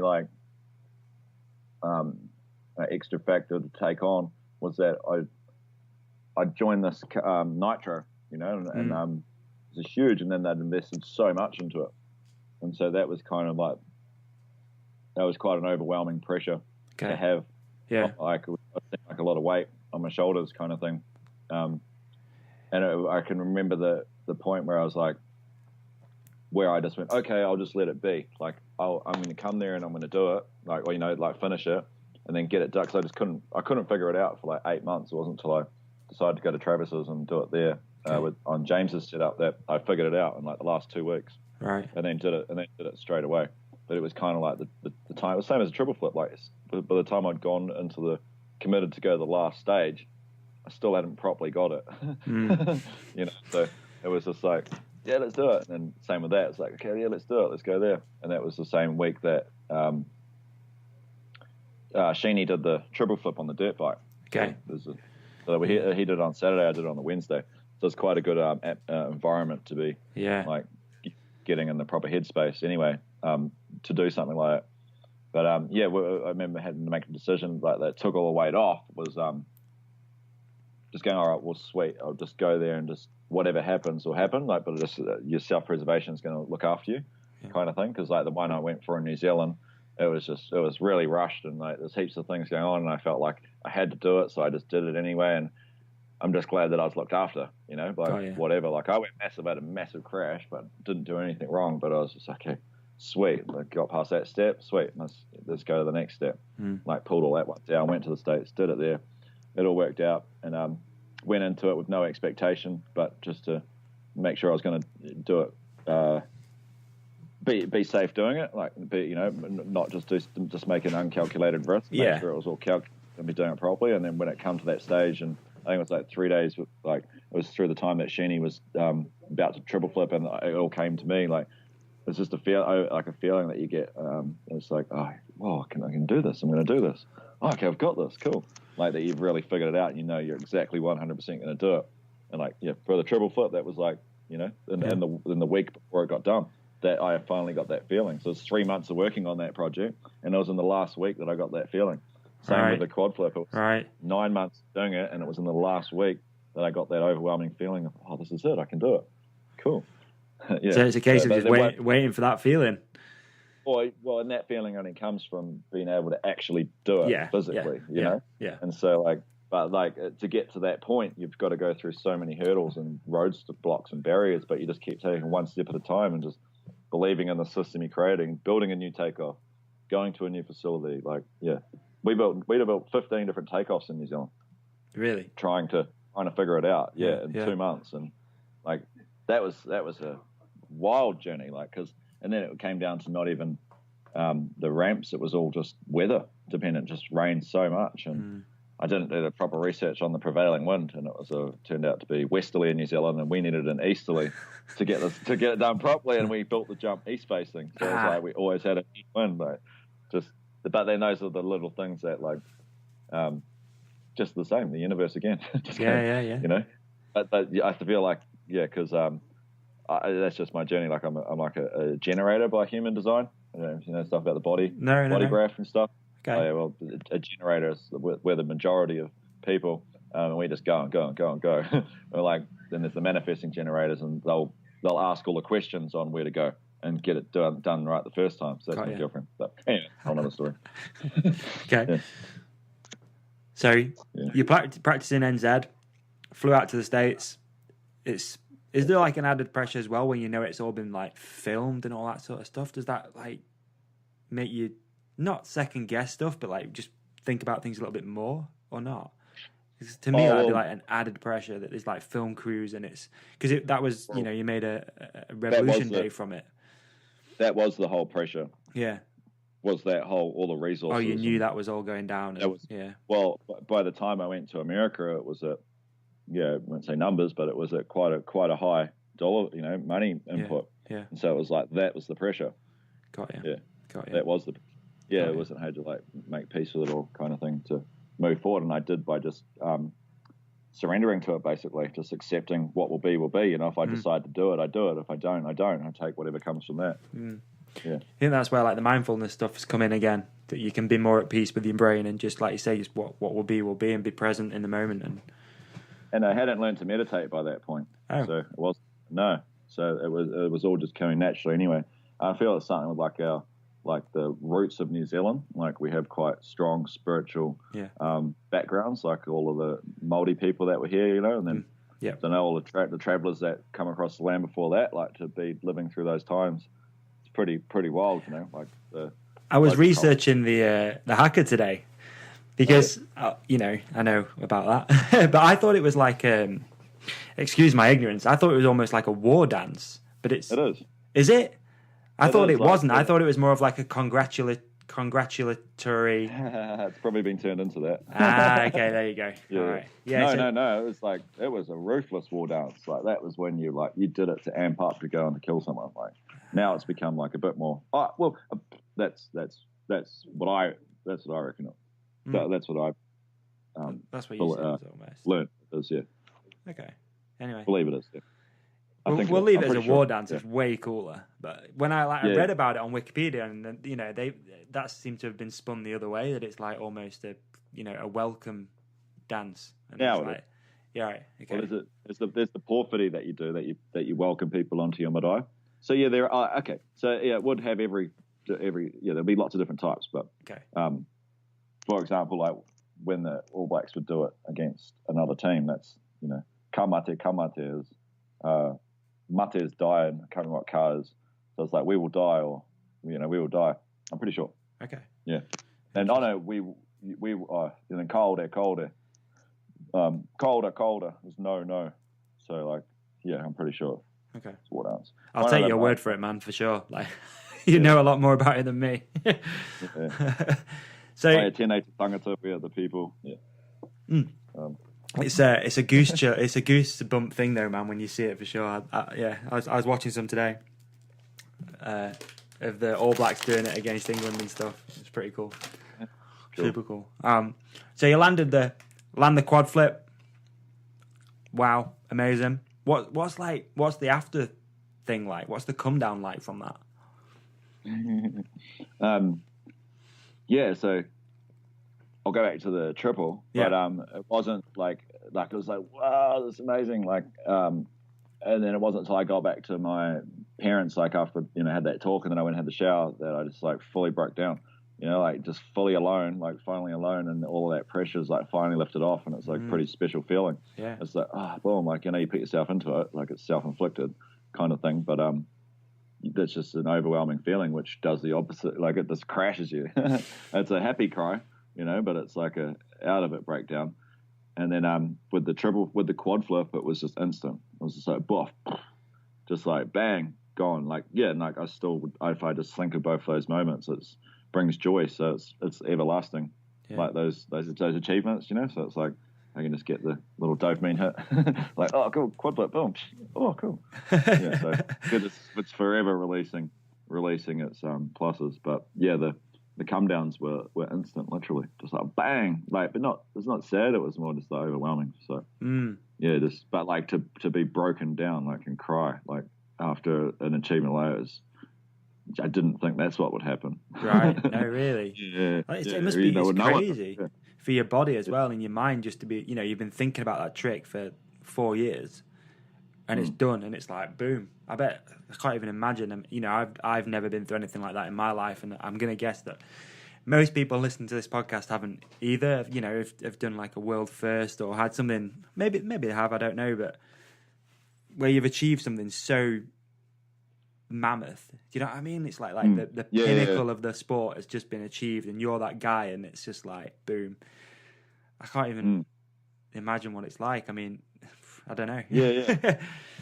I'm thinking when you put it like that, it's pretty neat as well. It's interesting, a good, cool perspective to look at it. But it is, that's probably the overwhelming part of it all, because it's it's a 40-year-old sport now, probably maybe 50, maybe 40. Yeah, I think it's 72 or something.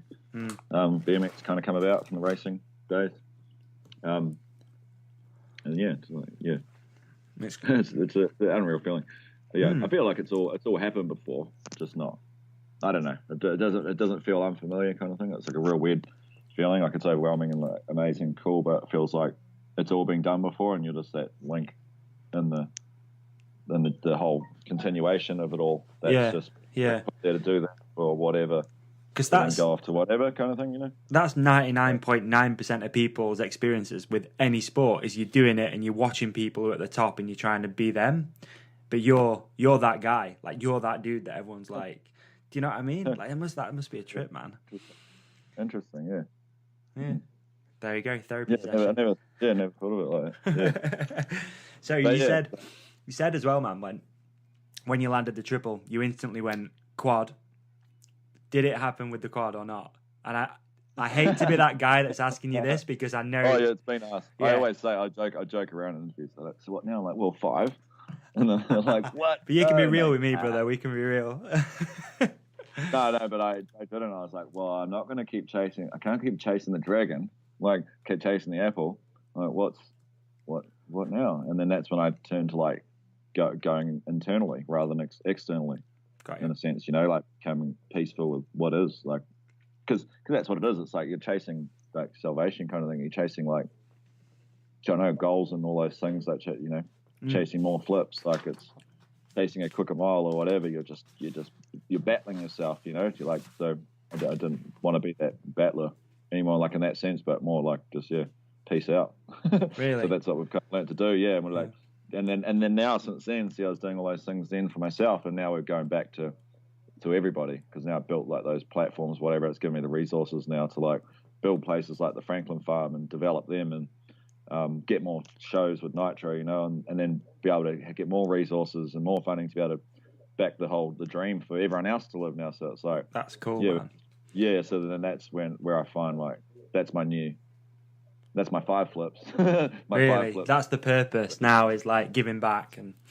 Yeah, literally, yeah. It's, giving back and seeing other people do flips for the first time or double flips for the first time. We've got these dirt jumps on the farm called the Dirt Dogs. They're the biggest BMX jumps in the world, and we just had a whole heap of. We run the Mega Dirt Worlds, which I still haven't released yet. It'll probably come out in the next month.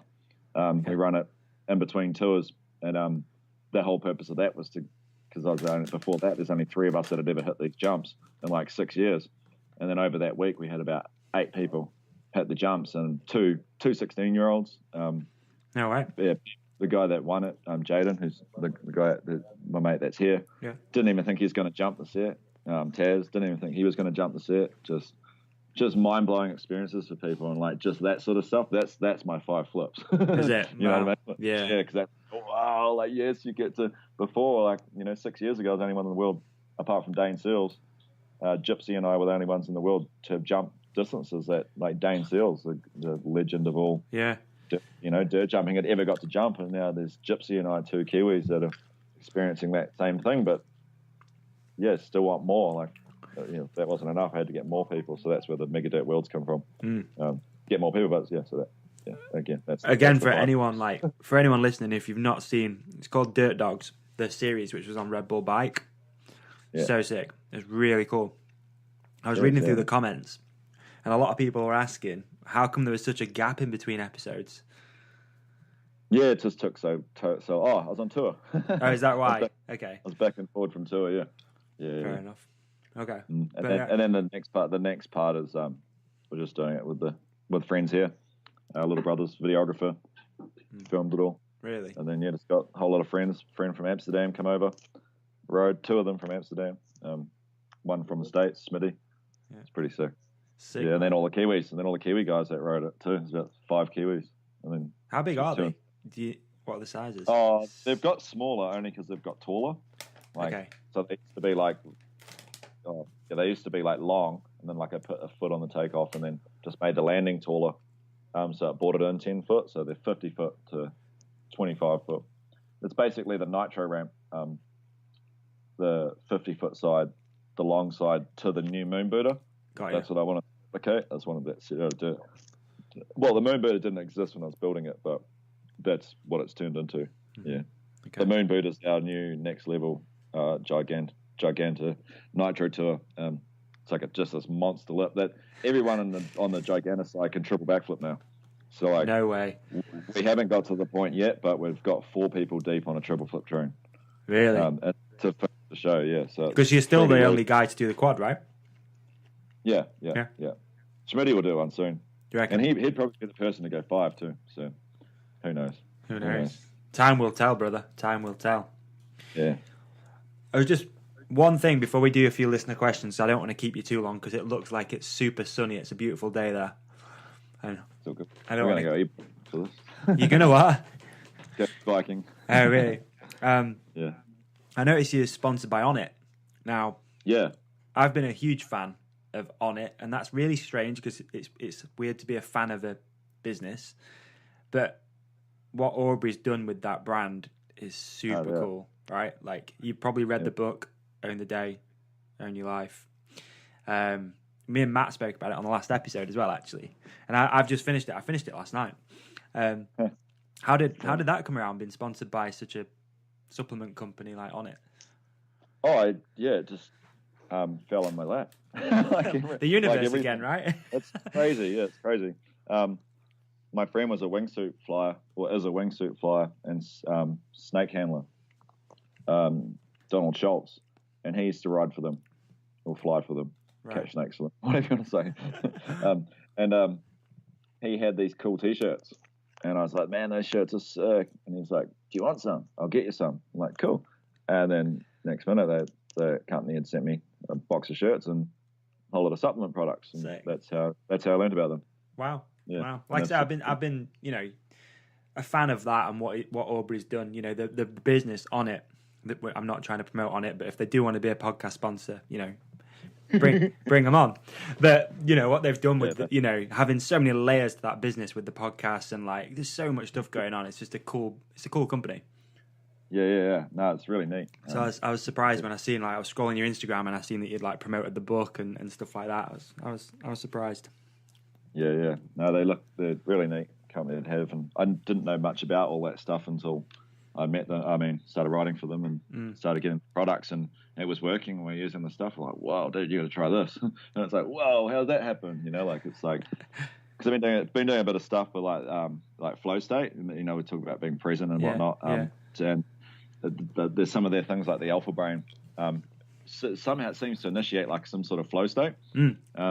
And then the whole flow state is just being present and in the now, and that's how like mine and Taz's and Jaden's and Rafiki's, my friends here, that's kind of how our relationship is. It's just all flow state. It's like no real expectation. It's just we know what we want, we go about doing it, and then it kind of manifests. Got you. Have you seen stuff on like the photons? No. Well, there's like a double slit experiment one, because like we're photons. Yeah. Light neurons. There's this one on this double slit experiment, and they shoot the photons into these two slits. Look it up on YouTube. Just wrote it down now. Yeah, the double slit experiment photon, and they shoot them into these two slits, and then when there's a camera watching, they take form and they go on a line, and it's like, well, okay, and then they take the camera away, and then they go all wherever they want, all regular, like just rat, and they go all over the show, and like they've been just slowly recognizing all of this stuff and what's going on at like the photon level now, like in science, and being able to explain it. Wow. And and I had my own opinion on that, thought on that, and it's like when you want something to happen, like a thought to manifest, and if the more that you hold on to that thought, the less chance it has of becoming real. But as soon as that you might give up, or like I'll say again. As soon as you let go of that thought, which comes in many forms, sometimes to me it's been like, oh, okay, I'm over it, and then boom, and then 5 minutes later I get a phone call, and it's from the person that I needed to get such and such off to finish off whatever I need to finish off. It's like, whoa, that quick? Okay, sweet. But then, so that's what I think is, so when you're watching your thoughts and holding on to them, that's like the camera watching the photons being shot through the double slits, and they take form. As soon as you let go of that thought and just it's like you're surrendering to the thought, surrender to the present, and you know what you want, but you don't hold on to what you want, or where you want to be. You just go, oh, that's what I want, cool, and then you just go about doing it. You start taking one step at a time, and next minute it comes to fruition. And then there's another experiment that they do is they put two photons. They've learned to split them in half, and they put them in different rooms, and they tickle one in one room, and the other one mimics it. And so so like my friend's slogan for the Low and Tech, the Sir Ron bikes, is be the change. And that whole being the change is literally not trying to change anything or anyone, literally doing that life-changing experience, that thing, which is for us or for him in the electric bikes, is the electric bikes. That's a whole new avenue that's not really been gone to the road that people have gone down. Yeah. But it all exists. The technology exists, and like we're using it now and been using it for a long time. It's really neat. That's interesting. So that's what I think. That's what I think. Like the alpha brain things will kick in, and some. It's like it links both. It's like meditation. What it kicks in, it's almost like it links it helps you like everything work in sync, in the body. Like it has both spheres of the brain not being dictated by thought, like future or past or whatever. It's just full present. You're fully endowed in the now. And you can feel that like neurological change as soon as you take Alpha Brain. Yeah. I mean, I've also had people that haven't felt it. That are like, I don't know what you're talking about, but like, and that's again, like I'll have it, and then it's like I surrender to it kind of thing. It's like I'm not holding on to like, oh, when's it going to kick in? When's it going to kick in? It's just like, have it, carry on with your day, and then your day is just crispy and like mean, and like you just function so perfect, like communicate perfect, like all those different things happen.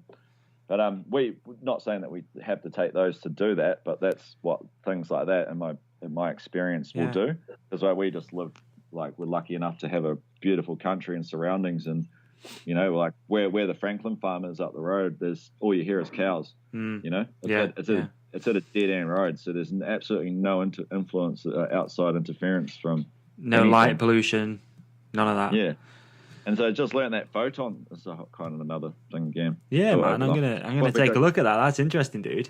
But the photon stuff, because I learnt the double slit, and then I had my opinion on what I thought it meant, and that's the thought manifesting and holding on to it and it not manifesting, with the camera watching kind of thing.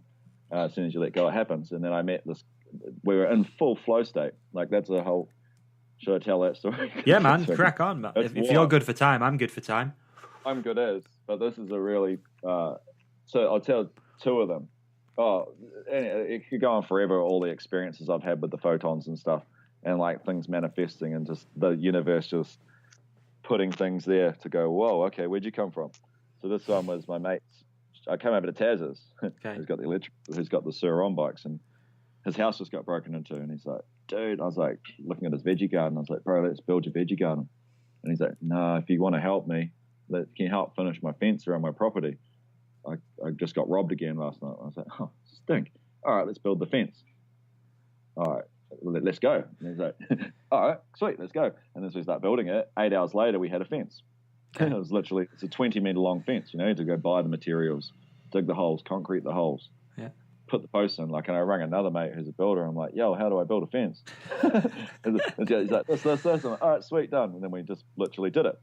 And then, so and then the next day, he's like, what do you want help with? And I'm like, oh, let's go build the deck on the farm. And he's like, sweet.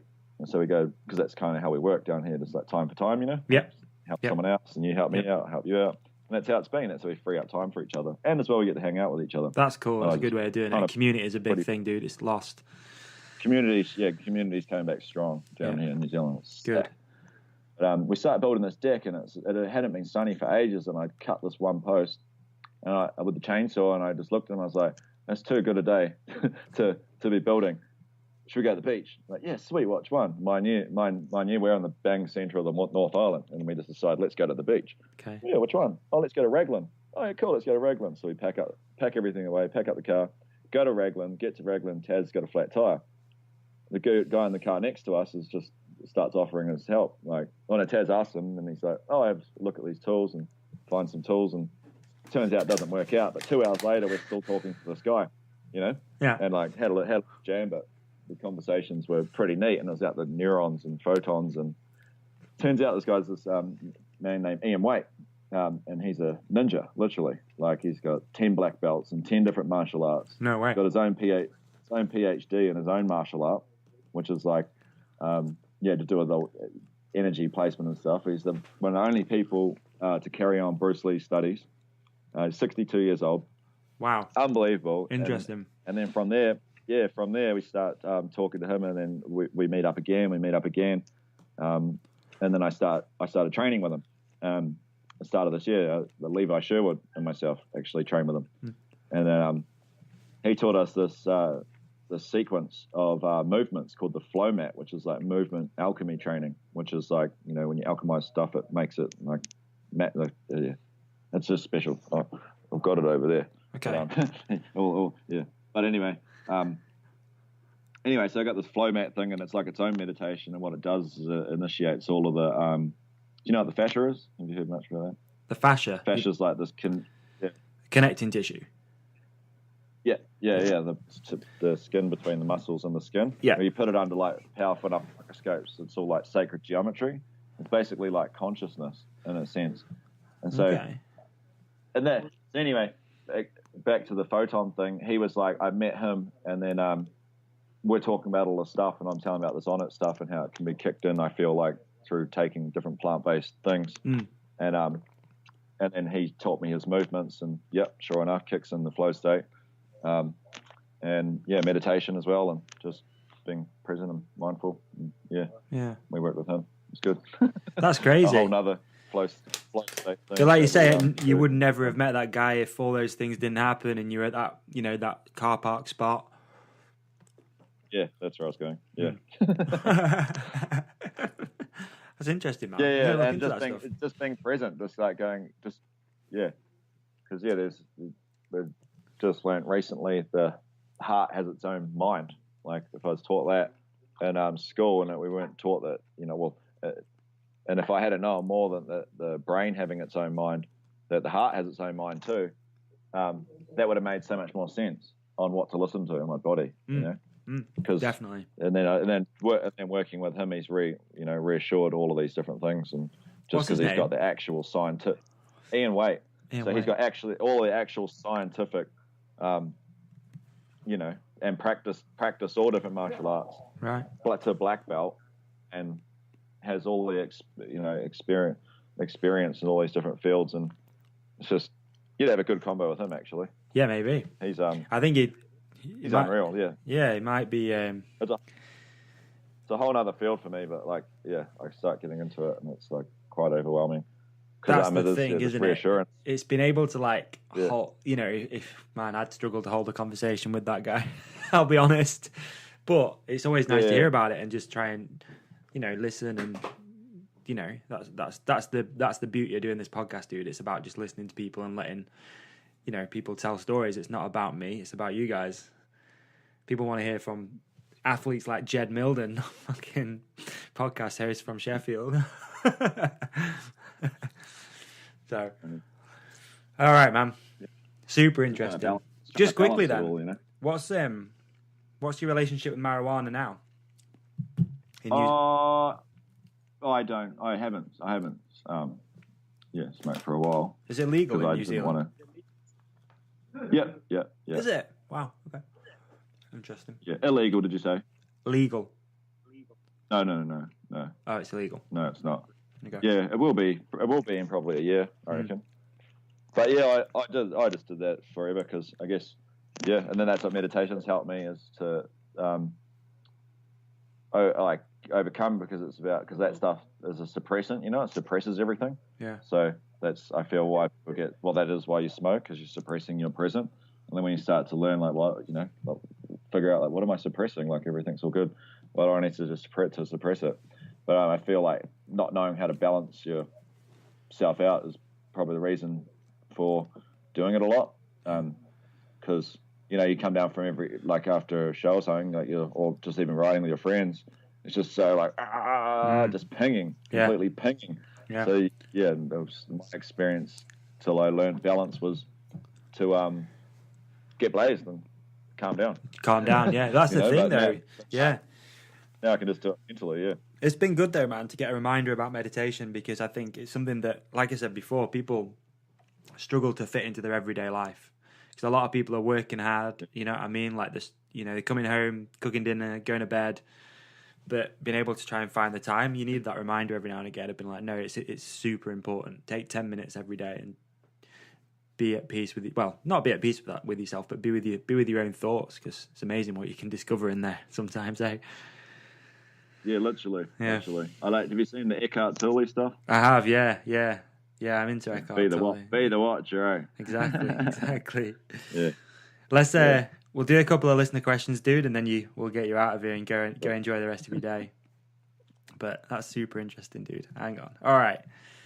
First listener question. Wild Wooly on Instagram. How do you keep awareness of where you are in the air when you're sending a triple or quadruple flip? It's repetition of practice, basically. And there's like a gyrating feeling that you get. So when I was doing the triple, it was quite evident, and then the quad was quite evident as well. It's just this. It's all in the snap and then timing and how quickly the next flip comes around, and it's just a lot of intuition, a lot of feeling, a lot of just feeling, basically just being present, and how to get that present. Don't know. It just comes. I guess when you do something for so long, it just becomes natural. Yeah. And then older you get, then the meditation and whatnot help to get into those states more easily, and through the flow mat, the movement alchemy training, that stuff helps get all the neurons and photons and whatever firing. Can you learn that stuff without being in New Zealand training with Ian? Yeah. They're just movements, like YouTube's that sort of thing. He developed it, right? So, yeah, but there's just certain movements like just twisting it, keeping up straight, and just twisting your neck like your chin, or keeping it square and looking behind you. It literally is just movement training, and it literally is like you're rinsing out your all your joints in your arms. Like that's what it feels like for me. It's like I'm rinsing everything out, waking everything up. Yeah, and just gets everything flowing. The cold showers, I feel, is a good one, because think about it. You're like you're shocking the body, you're sucking the body all up. It like goes into like a ball almost. It tenses up. You get into the warm, and then it releases again. So it's what you're doing. You're just getting the body alive, like making it present. Otherwise, it's like it can be dormant. Yeah. It can be like just even shrugging your shoulders, just even standing up tall and just twisting at the hips.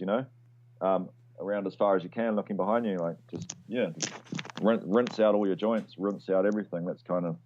I mean, he's got specific movements to wake it all up, but I'm sure there's many ways of doing it. Just even like squatting, just like I do that now to get energy. Just like have my feet together on about a foot apart on the ground and just squat down, my knees as wide apart as possible, and then just stand back up. And for some reason I get charged up. It's weird though about the cold showers. I was thinking before, I drive quite a lot for my job, and my back gets pretty tight, and like I have to always, I don't know, do kettlebell swings and just sort of like try and loosen everything up.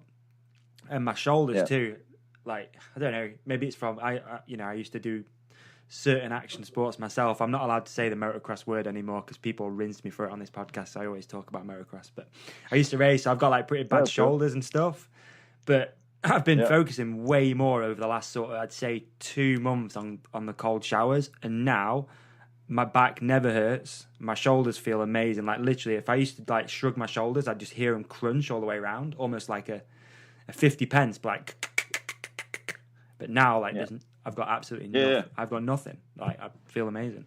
It's weird. Have you heard of the CBD molecule in the cannabis plants or in the hemp plants? Yeah. So at Nitro, we're actually sponsored by a company, CBDMD,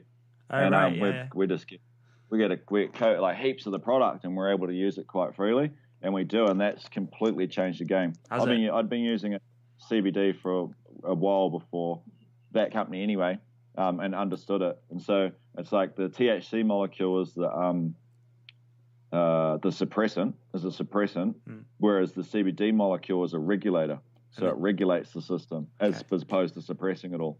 And then, it's just completely changed the game. So I use that every day. I'm saying like, I don't, because it's called decarboxylating the molecule, the THC molecule that you actually gets you high.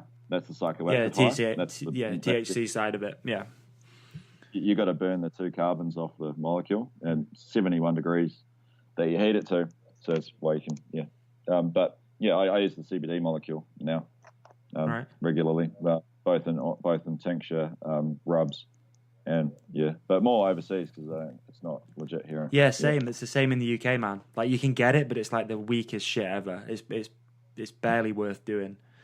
That's the problem because you need to get a good concentrate. Yeah, and CBD comes from hemp. You don't even need cannabis. No, it comes from and it comes from hemp stalk. Like the good stuff. Yeah. Crazy. But for some reason, obviously, again, same as New Zealand, it's, the whole thing is illegal, whether it's hemp or THC. I mean, hemp's a little bit more lenient these days. Like we can get hemp protein powder here now. And you can get CBD oil. I bought some a while ago, but when you look at the actual content, it's pretty weak. We're just not doing it right yet, which is weird because like one of the biggest medical marijuana factories is in the UK, but we don't sell any of it here. We export it straight out. It's weird, but hopefully we catch up as well, dude. Because I think, you know, it's another conversation, isn't it? But that whole stuff's super interesting about what that plant can do, and the reasons it was made illegal in the first place is super interesting. Yeah. So, that's a whole nother rabbit hole. That's for episode 2 of the podcast when we do it.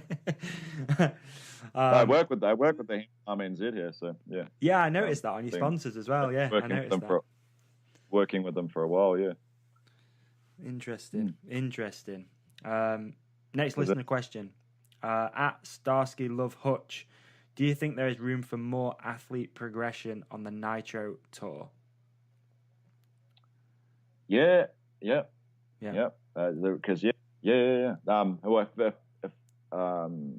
not sure which tour they've seen, but the new tour has just gone through the roof. Right, because they've just and then the next year's tours that we do, it's the Moto Next Level and the BMX Next Level ramps. So, have you seen much of the motorbike Next Level stuff? Because that's nuts. Like, only a little bit. Like I kind of like Ryan Williams' vlog. It's a bit of a guilty. Right. It's a bit of a guilty pleasure that sometimes, man. I'll be honest with you. He does a good job of those things. I mean, I'm not. Yeah, he's a special dude, Ryan. Yeah, for sure. Yeah. But these vlogs, like, interesting. It's good. He's good. It's good, eh? Right. Yeah. So no, but yeah, I think there's room for progression. And just from in this year, we've progressed so much. You know, just with the 2 new ramps that have been introduced to the tour. So I think that'll go around for another few years. Because we can keep stepping up on that. And then I think our ramp we're going about 45 kilometers an hour at. We've tested down here through the quad project that you can go up to 80 kilometers an hour. That's maximum speed. So from there you can build jumps that big too. It's just who's keen? Who's going to hit it? Who's keen to go? Who's keen to go double the speed? But then that means that the ramps go taller, airtime gets more. So that's where progression will go. But I think with all of the tricks and stuff, that there's still heaps of room for improvement or room for progression with the nitro stuff. Because we've only just broken into the triple flip combos. Schmitty did it last tour. Right. Triple flip X up. There's still a bunch more triple flip combos available. It's really neat, and it's quite interesting because the guys that are progressing like the tricks and like the whole air awareness stuff, they didn't even start on a BMX. They just picked up BMXs and sending it. I mean, Ryan, right? Scooter rider, yeah. You know, by origin, but they've always been around BMXs. And Schmitty's a snowboarder, then turned lambsboard snowboarder, and he's going through the roof. It's nuts. And they've just got really good air awareness and really powerful people. Like I was saying to Schmitty once, it's like, you're stronger than me. He's like, no way, dude, you're way stronger than me. I was like, watch, this is how high I can jump, and I could jump like a foot off the ground. And I was like, no, you do it. And he put his head through the roof. You know, really? Like, that's just an example of like the fast twitch power fibers. Yeah. But no, there's lots of room for progression for sure. Good answer, man. Good answer. Always. Next one, our mate at JB Nicholas. What matters more, being the world's first or progressing your personal limits?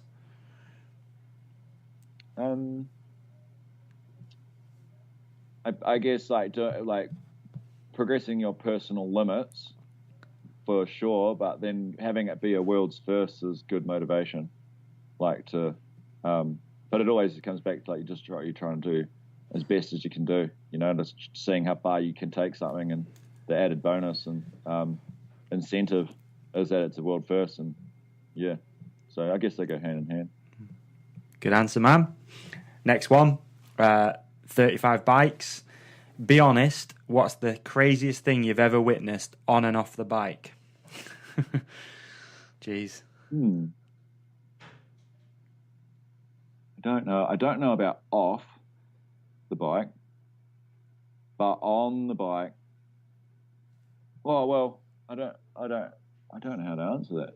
Because does he mean on the bike as in me riding, or like on the bike as in like in a show? Let's just say in a show. Probably. I've seen lots of gnarly things on the bike. Probably the gnarliest thing that actually changed my life, I feel forever, was seeing Stephen Murray break his neck and actually die like at the like on the way to the hospital. Oh, you were there? I was at that, yeah. Wow. And that was probably one of the biggest life-changing things I'd seen. That's powerful. Probably the craziest thing I've seen. Yeah. And we were just with Stephen and his kids on the last tour, and the 13-year-old Mason was jumping our ramp. It was unreal. They rode the show. Mason did a can, and we thought he was going to crash. This little 13-year-old kid, and then he just lands can jam over 40 foot, and we're like, he meant to do that? What? And then and then Seth Seth did his first double flip over the ramp. Really? In front of his dad. That's in front of his huge. grandpa, and then in front of the doctor that was there to save Stephen's life. Rick. Like, it was just so crazy. Holy shit. Yeah, it was wild. Like, the doctor and Stephen didn't know that they were both going to be there. The doctors now look after us on Nitro, the WMI doctors, medical crew. And they were it was all just lined up in there, and then boom, and then he drops in and double flips multiple times. 16 years old, comes out, his grandma came up, Cynthia came up at the start of the day saying, look after Seth, he's talking about double flipping. And I was like, oh, yeah, okay. Kind of, teary and shaky. And I was like, oh, okay.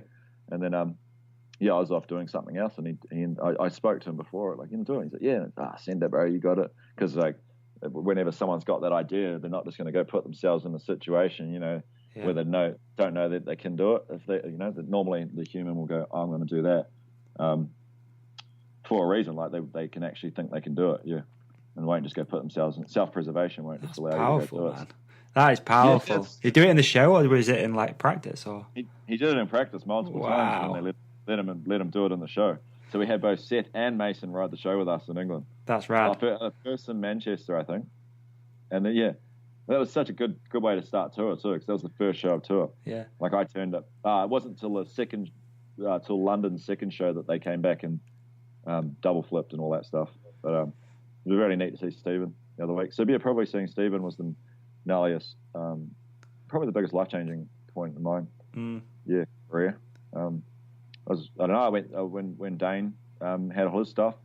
We were doing shows in New Zealand, and we instantly finished him and flew over to be in hospital through that whole time when they were trying to, make the decision of whether to carry on or pull the pin. Yeah. So went through all of that stuff. It's all really, like, I don't know, just quite inspiring moments in a sense to, like, push it, like, and then, because I, had the dream with Dane at the start to, like, what are we going to do, like, recognize, blah, blah, and then that happens and your friend died, like, he'd done the thing and then he died. Yeah. Done the thing, he finished his Giants of Dirt project that night, finished all the filming, and it was in the last, like, the end of that night that he had his accident. And it's interesting, probably those two. Yeah. Wow. Yeah. Powerful answer, man. You just knocked that one out of the park, I think. We'll do one more, and it's from your sponsor, actually, SCG Shoes. And he said, what's going through your mind as you fly through the air in an armchair? Can you control it, or is it just going along for the ride? And then he's put lots of love. We'll just say smoke and mirrors. Brilliant.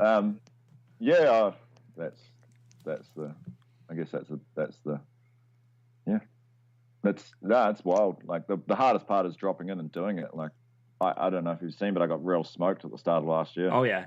Again, that was in one of Ryan's vlogs when you missed the missed the fucking landing. Like, the year before, I did 55 shows in that chair. Sweet as, no problem. And this first show back on this tour, just full brain farted, and I actually let go of the steering wheel because it's a little scooter steering wheel that you sit on, and that's what you steer it with. And then I let go of it like 4 meters before the takeoff, and it just started tank slapping, kind of thing, like that. And I just went off and crashed, and back to that fascia stuff with Ian, like I just learned how to do all that. So my body was like really awake, really alert. And I don't think I should have been okay from that crash. I got up and walked away and it was sweet. And it was just all, in my opinion, to do with, having all those different things intact and meeting those people and then getting a full real life example instantly of like what the fascia is actually doing. And it took me 4 months to get over the trauma from it. But, and then I went straight back the next weekend after that one and did the show. And like, that was probably the hardest part, but I can control it. But I'm always learning. Like I've probably done 100 of those jumps now. And I feel on the last tour, I started really dialing it in. Okay. Because I let go of the steering wheel again on the last tour, but luckily just made it off the takeoff. And then there are a few other things that happened. Like I went too fast in the first few jumps and overshot it like mega and like just flying through the air and you see the landing go behind you. You're like, no. Chuck the steer away, just like full like dive, like flying in the air. And I was okay from those crashes. Just all. I think I'm meant to be sitting in that chair riding it. So, I don't know if too many other people. I don't know. Not talk blowing the trumpet, but I think a lot of people would have got hurt having those types of crashes. But I think just giving it a go again is probably the hardest part. And it's controllable now. But it's probably only the last 2 shows that I didn't commit to letting go of the steering wheel and I committed to holding on to the steering wheel because all the previous jumps I was like letting go and grabbing the sides in the air to try and steer it properly. Right. And then now I was just holding on to the steering wheel and I was like, I can actually do it from here. What was it doing the whole time? So then there are a whole lot of other things like, so if I used to land funny on the armchair and it would spit me out, and then I've done a few modifications to stop that. So, okay. It's just trial and error, like everything of something. It's like the quad flip, like I tried the first one, over rotated, and I was like, but I pedaled, and I'd never pedaled once in practice, so I shouldn't have pedaled. Right. So I went for it again, like just learning from things. Like, damn it, I pedaled, so going, and I didn't get the 3 flips, crashed. I did 3 flips, didn't get my snap, crashed, and then did it again, and then didn't pedal that time, and just overcooked it. And I was like, you didn't see it in the footage, but I went nuts. I was just nutting out, swearing my head off, yelling and like kicking my bike and like, this is bullshit. Like I shouldn't have crashed that one. Because then I was finally like, I should have landed that one. And I watched the footage and I was like, I'm going too fast. So I literally went and just drew a line in front of the takeoff. I was like, can we put the takeoff here? And then everyone got to work, undone the takeoff, moved it and did it. So like, I feel that's a real important part of life is like learning from your mistakes, like just keep doing something aimlessly over and over. Like if I'm getting wrecked in that armchair, there's always a reason for it, whether it's rider error or the chair's error, the tools error. Yeah. So blame their tools. But, sometimes the hammer's just not big enough. So you got to get a sledgy on the job. Great analogy. Sick. So I think it's got better because I've taken the right steps to make it be safe and make it more controllable than what it's been. But no, it's we got a wicked crew on Nitro that build those contraptions, and then we go to places before tour and we practice everything correctly and safely. And so it's a live show, and like they don't want us to get hurt, so we put it in our trust that we're going to do the right things to learn from mistakes and get things dialed to make sure we can put on a good show. Awesome. All right, man. Before we wrap, just quickly, what you got coming up next? What's happening in Jed's world? Well, actually, I got three months nearly off touring, so nice. It's pretty, and it's summertime in New Zealand, so I've been pretty excited for this. Yeah. This weekend we got the dirt jumping nationals. I might ride in it. Again, like compete again. Come out of nationals retirement. So we've got wicked riders here now. So it's going to be all the family. Every time everyone's happy through this time of the year. It's all the festive seasons and stuff. So eat lots of good food, hang out, go swimming, awesome. Build more jumps, probably more summer development camps. Just probably chill on the farm most of the time, and sounds great. And for anyone who doesn't already follow you, where can people find you? I don't know. Instagram it's at Instagram. at Jed Mildon, I think. I think so. Yeah. Yeah, I'm just checking. I don't know all that stuff. Yeah, it's at Jed Mildon. Facebook, there's Jed Mildon on there as well. Oh, thanks. It's all right. I'll do it for you, man. Publicist. All right, dude. Well, it's been an absolute blast. Really, really, really appreciate you taking the time out. And you joked about Matt's episode being long, but we've done like nearly 2 hours, so. Yeah, I got 5 minutes on Matt. Nice one, dude. Right. Yeah. Thanks, Bran. Thanks for the yarn. You're welcome. Right, hang on there just for 1 sec. And that's it, folks. Episode 62 with Jed Mildon is in the bag. Hopefully you enjoyed that very wide-ranging conversation. If you've got this far and you haven't already taken a read of the Project Change story, then click the link in the description. It's right there. It says Project Change. Just check it out. If you appreciate what we're trying to do and you want to support the cause, then try and donate what you can afford. Huge thank you to everybody who makes this podcast happen. I also forgot, the music is Thunder Rain by Main Event, and if you're a fan of Nitro Circus, you might recognize this song from the latest film. It was the soundtrack to action figures. Don't forget to follow us. Facebook, Instagram, it's at The Hook It Podcast. You'll find us right there. There's a closed Facebook group. We've also got a mailing list, so you can join that if you want. There's tons of stuff you can do to engage with the podcast. But most importantly, if you have enjoyed listening, head to iTunes, leave a review, and you'll also be in with a chance of winning some Sax underwear. And that's it. It's my birthday, so I'm off to celebrate. Peace out. Have a great rest of your week.